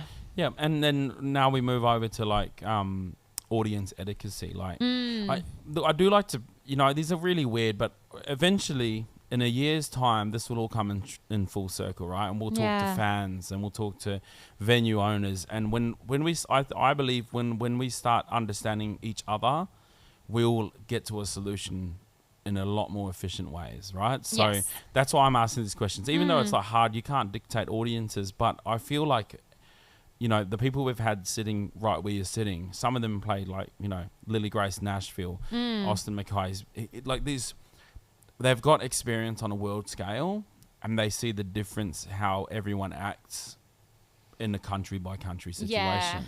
When you're an artist, like, what sort of audience etiquette do you think audiences could just lean a bit more on to help you, give you that space? Yeah, I think this is very contextual, because like I then just think of like I'm sure you've had a fair few crazy weird audience experiences playing covers gigs in like in pub like venues. I've had horrible experiences. I know, and you're like, what was that? So it like, context is key. Yeah. But I say, so my ideal audience is, that's the word. Ideal audience. My ideal audience is like actively listening to the music and responding, and look, like, I suppose it depends. Like, example, in the context here, I understand as well when I'm playing a show here, I'm like, people are having dinner and they're catching up with their friends, and they're actually like having a lovely time socializing. So they might be chatting and stuff while I'm like singing a song, and I'm okay with that, as like, if I'm not getting heckled or things like that. I think like, but like, I'm like, yeah, cool, that's nice. And then when people come and sing along and dance, that's beautiful as well. But I suppose, my ideal audience, like if I was to play my ultimate gig, would be, like, engage with the music. They'd already know my songs. They'd be singing along. They'd be shouting encouragement and cheering. Yeah. I suppose I'm like painting like rainbows and unicorns and but stuff. But yeah, of course. Yeah, that's all good. I also accept as well different scenarios. Yeah. Like, I've played a lot of restaurant venues as well. And it's like, I'm like, oh, how lovely. I'm creating like a lovely ambient background for people to enjoy time spent with loved ones. Yeah. Or like hanging out with their friends after a big week of work. So, and I think like a lot of that responsibility does fall on you as an artist to read the room. Like you should be able to read the room. Like some rooms, you can see they're leaning into you, and you can feel this room wants me to perform. Yeah. And some rooms are like, I can catch up with my friend I haven't seen in 10 years. So I love you, but I'm here with my friend, so I'm sorry, you know? And it's like, if you've got that skill as a musician to read that and the way people are and how they're talking, and seeing 5 people here like, oh, yeah, and they're giving you a thumbs up, and then you can read it and you can work your way around the room and eventually get them all there. But if you're not reading the room and you're just got that set list, and I've been playing 1 to 10 for 10 years. Hey, can you put 7 to 4? No. Wonderwall comes after this song. It's like, yeah, it's so like. And have you ever seen? I'm sure you've seen the video of it. There's like, it's like this incredible thing, violinist who's like one of the world's best. He's like playing and like this, like he's busking and no one seems to be noticing. But like, music depends on context. Yeah. And so it's like, I'm mindful of that when I book stuff. Like, and I kind of like, I get like, it's like, oh, we probably want to play some more covers here because that's, but like we'll still put in our like more dancier, upbeat songs. Like maybe during the dinner service, we can play the chill stuff because people are going to be chatting and eating. And again, I'm observing the audience. I think it's important to consider context. Yeah. Well, back to perception, like when Tones and I did play with us, no one was dancing. And then a month later, everyone's dancing. Dance and then Monkey now fever struck. It struck. But she sung Dance Monkey. I remember. Yeah. And that shows you perception's so key. Because it's like, that's the same. I remember, I think it was like a few months after she went monkey, huge, right? And one day I want to sit down with Tones because I'm like, I reckon that would be an amazing conversation. Oh, that'd be amazing. Yeah. So if you're listening, I'll put it out there for you. Let's do this. Tones and I. Come on. I'd love to have that conversation because I remember being in the audience and she had her group of friends who were dancing along, but people weren't that interested at that time, right? But that's all good. Like, I can understand the music industry, but I know a few months later she went and done similar gig at the similar place. Huge. Yeah.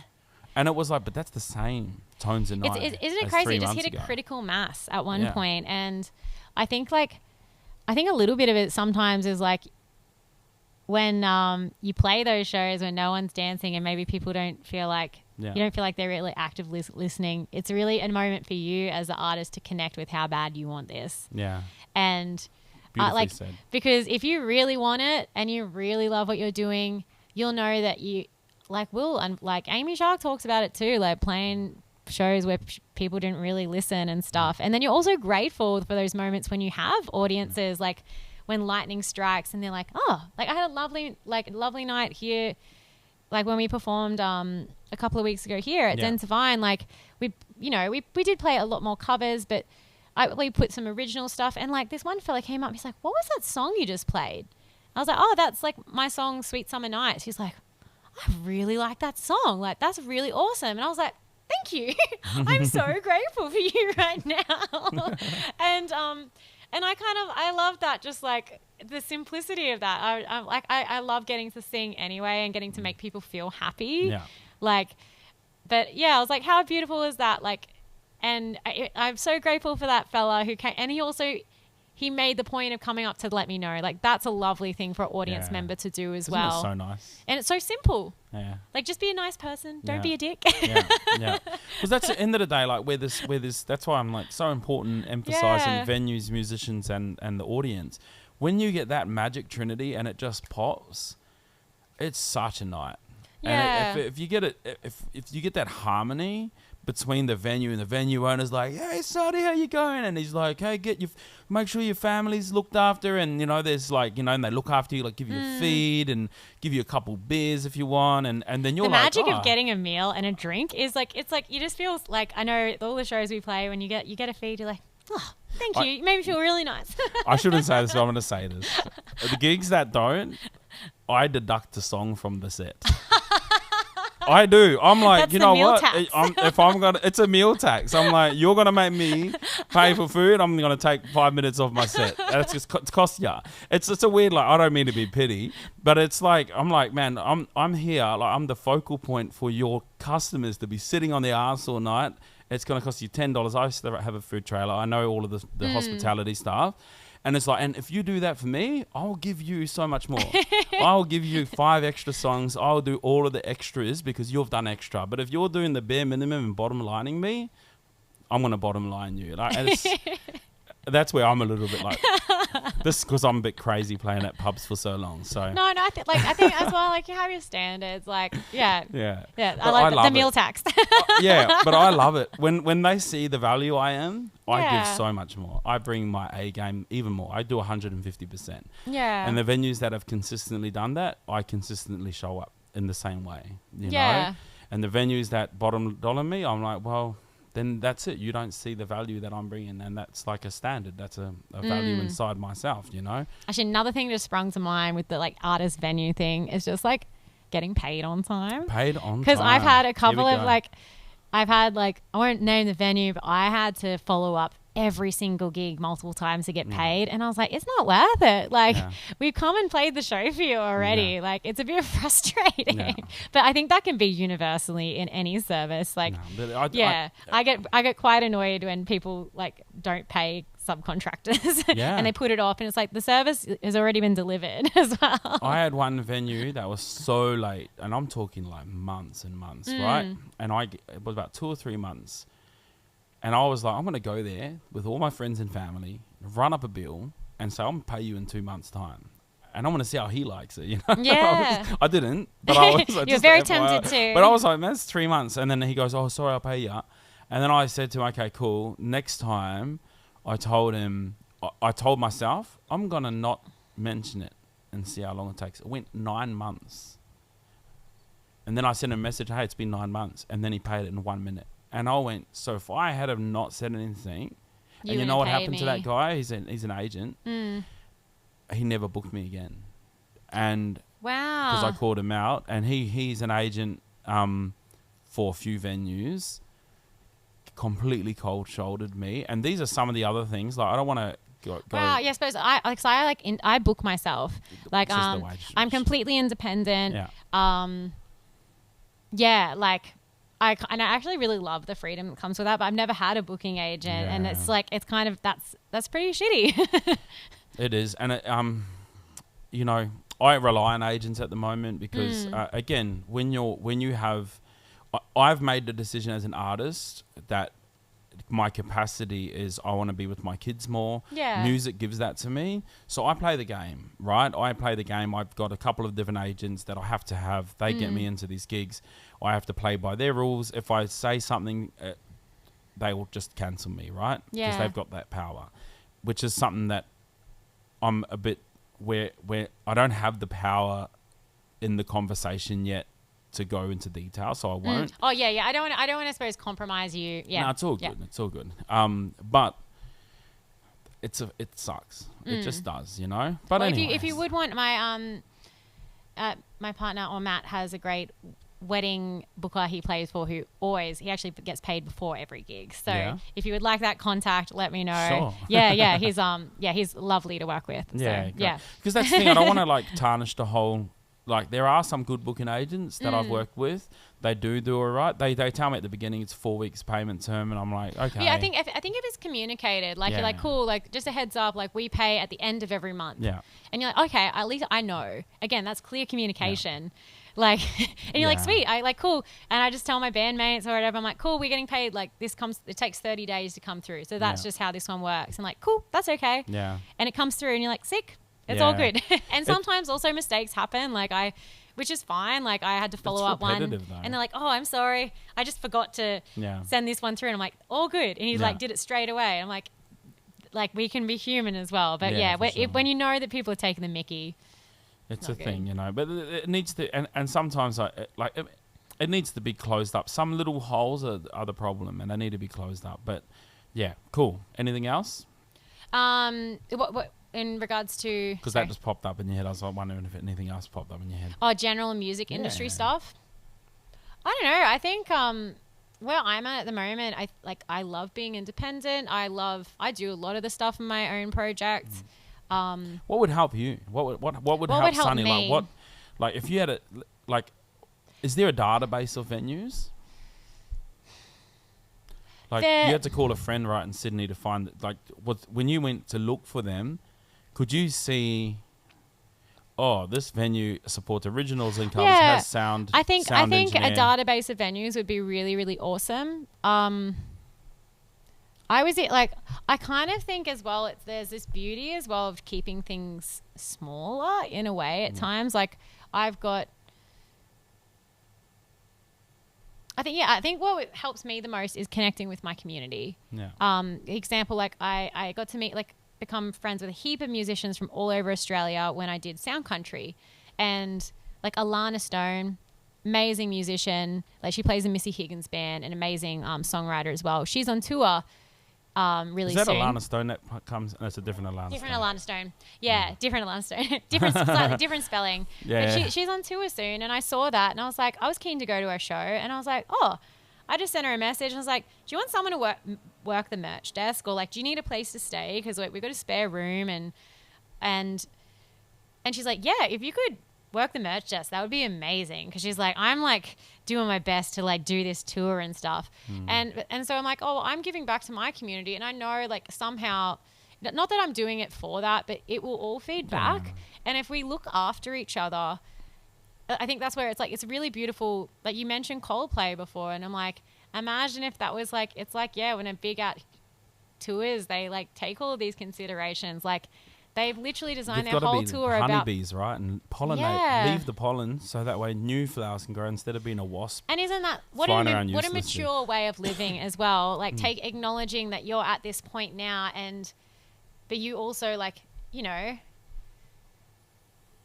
Ed Sheeran and all of these and Taylor Swift and stuff. They all got there through support of other people and being inspired by other musicians. So it's always important to be giving back to the community and the industry in a multitude of levels. And I think people do that in different ways, but like I love how Coldplay are touring, like being conscious of the environment, using their platform to showcase all of these different artists, and that's awesome. Can I just grab a water, please, Dan?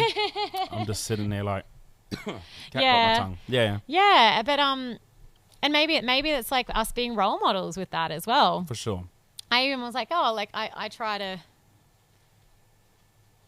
be open and share what I know with other people as well coming through, because even like through my initial stages I learn a lot through my local community. So it's like, I should give back as well, because they gave to me. You gotta keep it going. I think seeing the interdependency of things and how we all are interconnected. It's a responsibility and it's a team effort, like you said. So I'm glad we got through all of that. That's I appreciate it, because these are the topics I think need to be spoken about, so people understand that like this is a thing. I'm genuine. Thanks for bringing up the venue thing as well, because it makes me think a lot as well about. I think it's a wicked problem. I don't know how to best support. I do my best to go out to local venues, but I can only go out so much as well. I know. Can't just exactly. It becomes expensive. He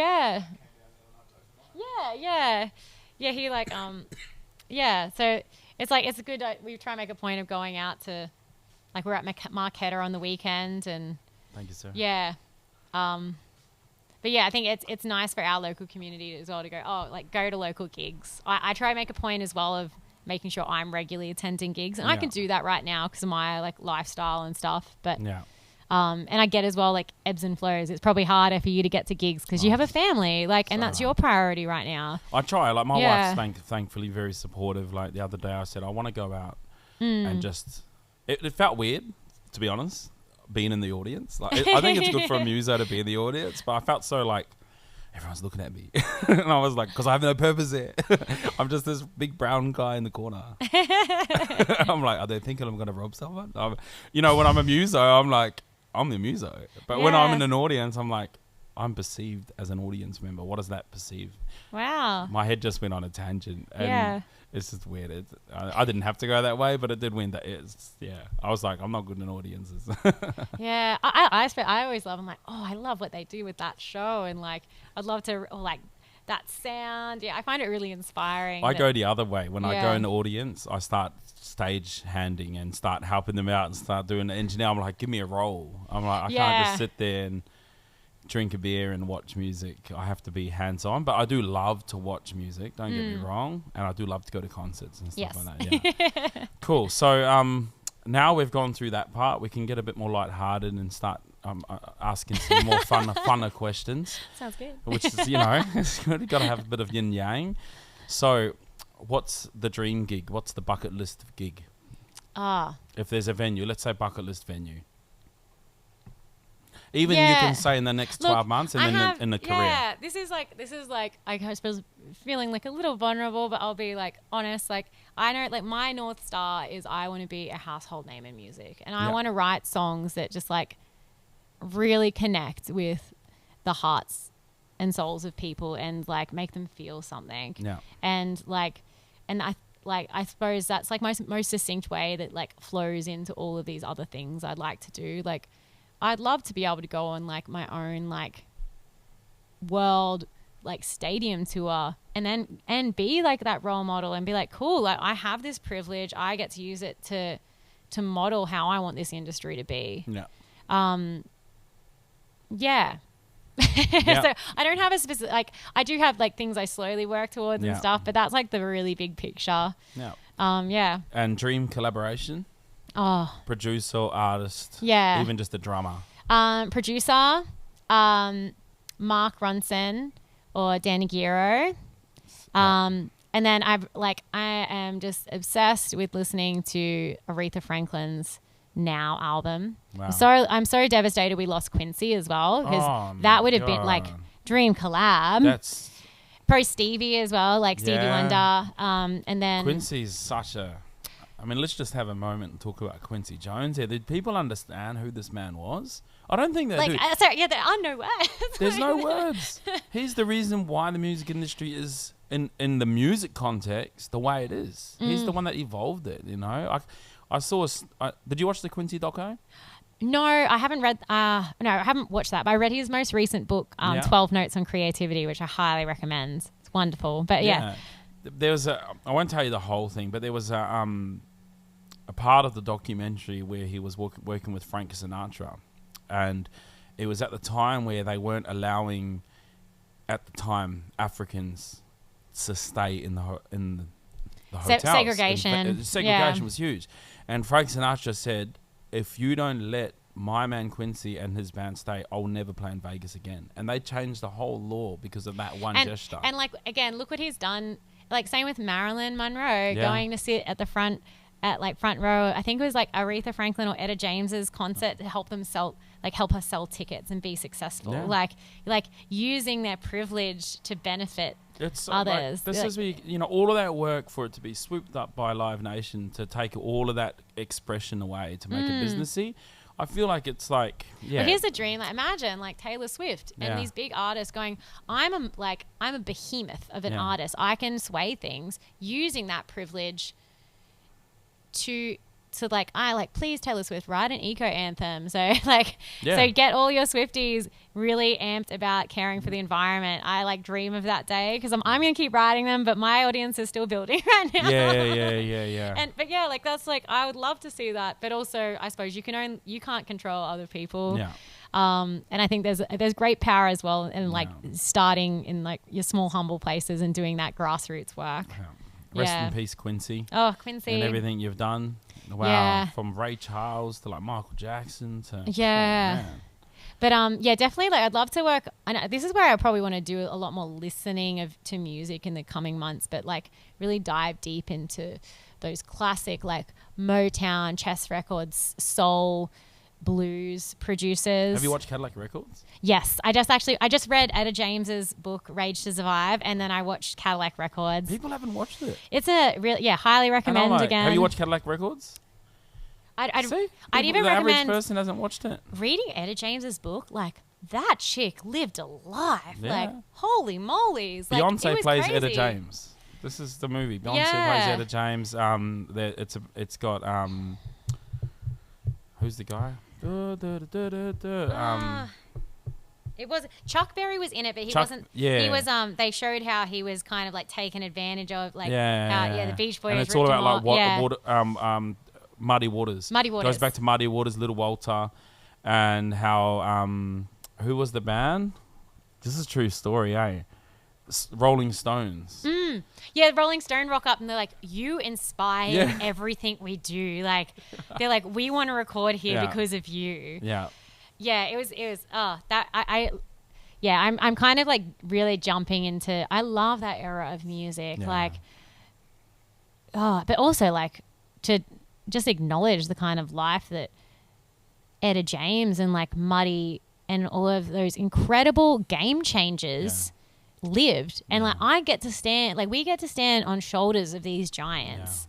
And I often reflect on that, like even how much like how society has improved over the years and generally gotten better as well. And I hope it continues to, and people feel like they can just be their authentic self. Yeah. Because that's when, we can make great things happen. But yeah, definitely, like if I could work with those kind of people, dream collabs would be, I love Ray. Yeah. She's so exciting as an artist.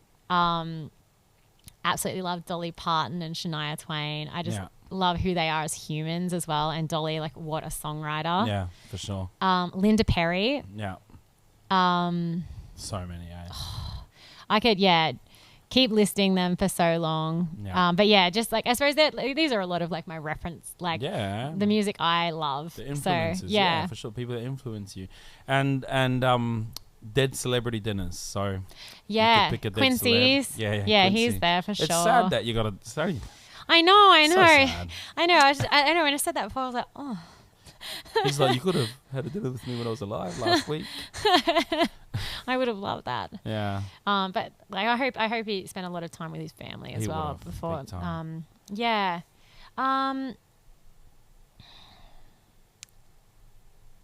Maybe someone like I really love. I often like refer to like Gandhi's quote, like, you know, be the change you want to see in the world, and it'd be pretty special to get to speak with him. Yeah. And then, oh man, like, I'm not the hugest Beatles fan in the world, but to like have a chat with John Lennon or George Harrison would be pretty mad too. Yeah, well, you know. And then I suppose Etta James and Aretha. Oh God, I can't believe I didn't think of that. Yeah, I was like dead set straight to that. Yeah, Aretha. That would be mad. Yeah. But I think it'd be so interesting because like they Etta seemed like a firecracker of a woman as well. That's the thing, is because if you're gonna have dinner with them, are you having dinner with them the way they are? Because Yeah, then maybe I you're want gonna have to. dinner and then she's gonna be like, "Get out of here," Well, I think. and you're like, But oh. I reckon like. You'd be like, still. My I got interpretation rejected of from Etta Aretha would be like, Franklin. she could sniff bullshit as well a mile away because of like the hardship she'd lived. So it'd be really interesting. I think she'd be able to sense intention straight away. Yeah. Yeah. But also, like, you know, she had a lot of struggles with drug addiction and things like lots that. of that. So it's like, what era do you want to meet her and have dinner with her? Yeah, gosh. Probably early era before she gets corrupted by. Well, drugs she struggled with them like for a lot throughout her entire life. Like, So maybe towards like, but I even read like even towards the end of her life, like she was like so pissed at Beyonce for singing "At Last" at like a presidential inauguration because she's like, that should have been me. Like, that's pretty. Yeah, like, and she kind of also says, she's like, yeah, I can get real pissed. So I'm like, yeah. Don't mess with the Beyonce.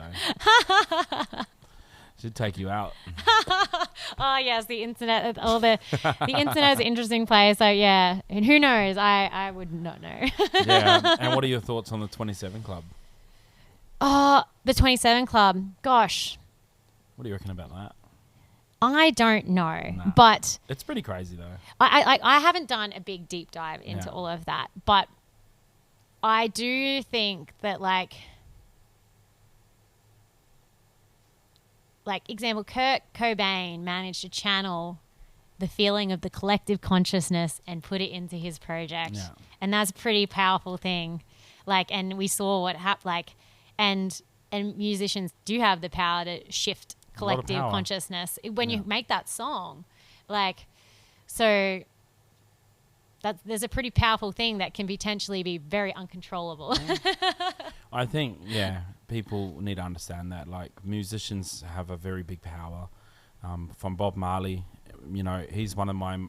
I just think he's the only artist in history that crossed all of the divides. Like, when you see a Bob Marley crowd, you see, like, Asians and, you know, English and Africans and all these diverse people. Like, if you look into a crowd of, like, the Beatles, you didn't see much Africans in that audience. But actually, interesting you talking about that, like, makes me... I listened to a podcast called Dolly Parton's America, and they were talking about the crazy thing is about her fan base is they're people from so many different walks of life unifying. And what a beautiful thing that like, and that's like what I really love to give to people with my project is like a unifying feeling. So there's big power in there. And then, so what's your favorite writing position, like space? Where do you like to write best? I've written a lot of songs like working around Burleigh Headland. I find that a really, really inspiring place. Generally, it's like walking or when I'm in motion and a bit aimless. Like, I can't be like walking my dogs. It's like just kind of a little bit of aimlessness to my being. Like we went through a phase, like Matt and I, for ages where we'd just like be hanging right before we had to leave for work, and we'd end up writing like a fair bit of a song before I like, because we were like, cool, we just got 5 minutes, like I've got to leave in 5 minutes, and we're like just mucking around. You're like, oh, all of a sudden we've got like with the start of a song. This is cool. Nice. So I think it's like a bit of motion but aimlessness. So not a like physical space. And what's coming up for you for the next sort of 12 months, 2 years? You've got an EP on the way? So this, like, probably in the next week or so, we'll finish the recording of my second album, which I'm really excited about. I actually, like, sat down and, like, figured out the album order and everything. Awesome. And I'm planning out how I'm going to release it all. So will you sing any off the album today, or are you going to sing some released stuff? I was going to do Sweet Summer Nights, and I Got a Thing for You, or Upside. Yeah, I could potentially do one of the songs off it that I've just released. I know what it's like. You got to sometimes perform new songs a few times. It's the nuances, it's all that sort of stuff. I've been practicing a lot for like the performance part of it, but at the moment I feel like I'm still in the very like I'm now in the like we've gone out of like the songwriting creative phase into like the logical getting shit done. Like okay, let's like make these decisions. We're tweaking the final track, and then we'll get them all mastered. And then I'm kind of thinking about my strategies to build my fan base and my audience through the release of these songs. So yeah, that will happen throughout the year next year. I was kind of going to go like song and album, but then I had a really great, I often get mentoring, and I think that's probably one of the key pieces of advice like I'd give to people who are jumping into the industry. Like, look to people you really admire in the industry. And that was my next question. And what's some advice for people? This is a great advice. Because even if it's just like, look, like what's your hourly rate to do like 1 hour session of mentoring? And usually like I found it's around like $150 to $200. But like if you get to sit down and get like great advice from someone you really admire in the industry, and you don't have to do that, like you can, and it's just a one-off thing. Like, and I've done that a lot over my career. And like yesterday, I got to sit down. I'm getting mentored by Maggie Collins at the moment, who she's on the board of Q Music, and she used to manage DZ Death Rays and Odette and stuff like that. Killer chick. And it was really awesome. She's like, let's talk this through. And I had a plan set in my head, and she's like, well, I'm going to just give you an option. Just like, what are your goals? And we shaped a new plan around that. And I was like, I'm taking good advice. Like this chick knows what's going on, so I should listen to her. Yeah. So there'll be some shows next year, some releases. I can't remember all of the dates. My mind kind of works. I know what's happening this week, but beyond that, I need to look at my calendar. I know what it's all about. And two last things. We're going to go with we'll start with the easy one. Socials. What's your socials? Where can everyone follow you? Yep.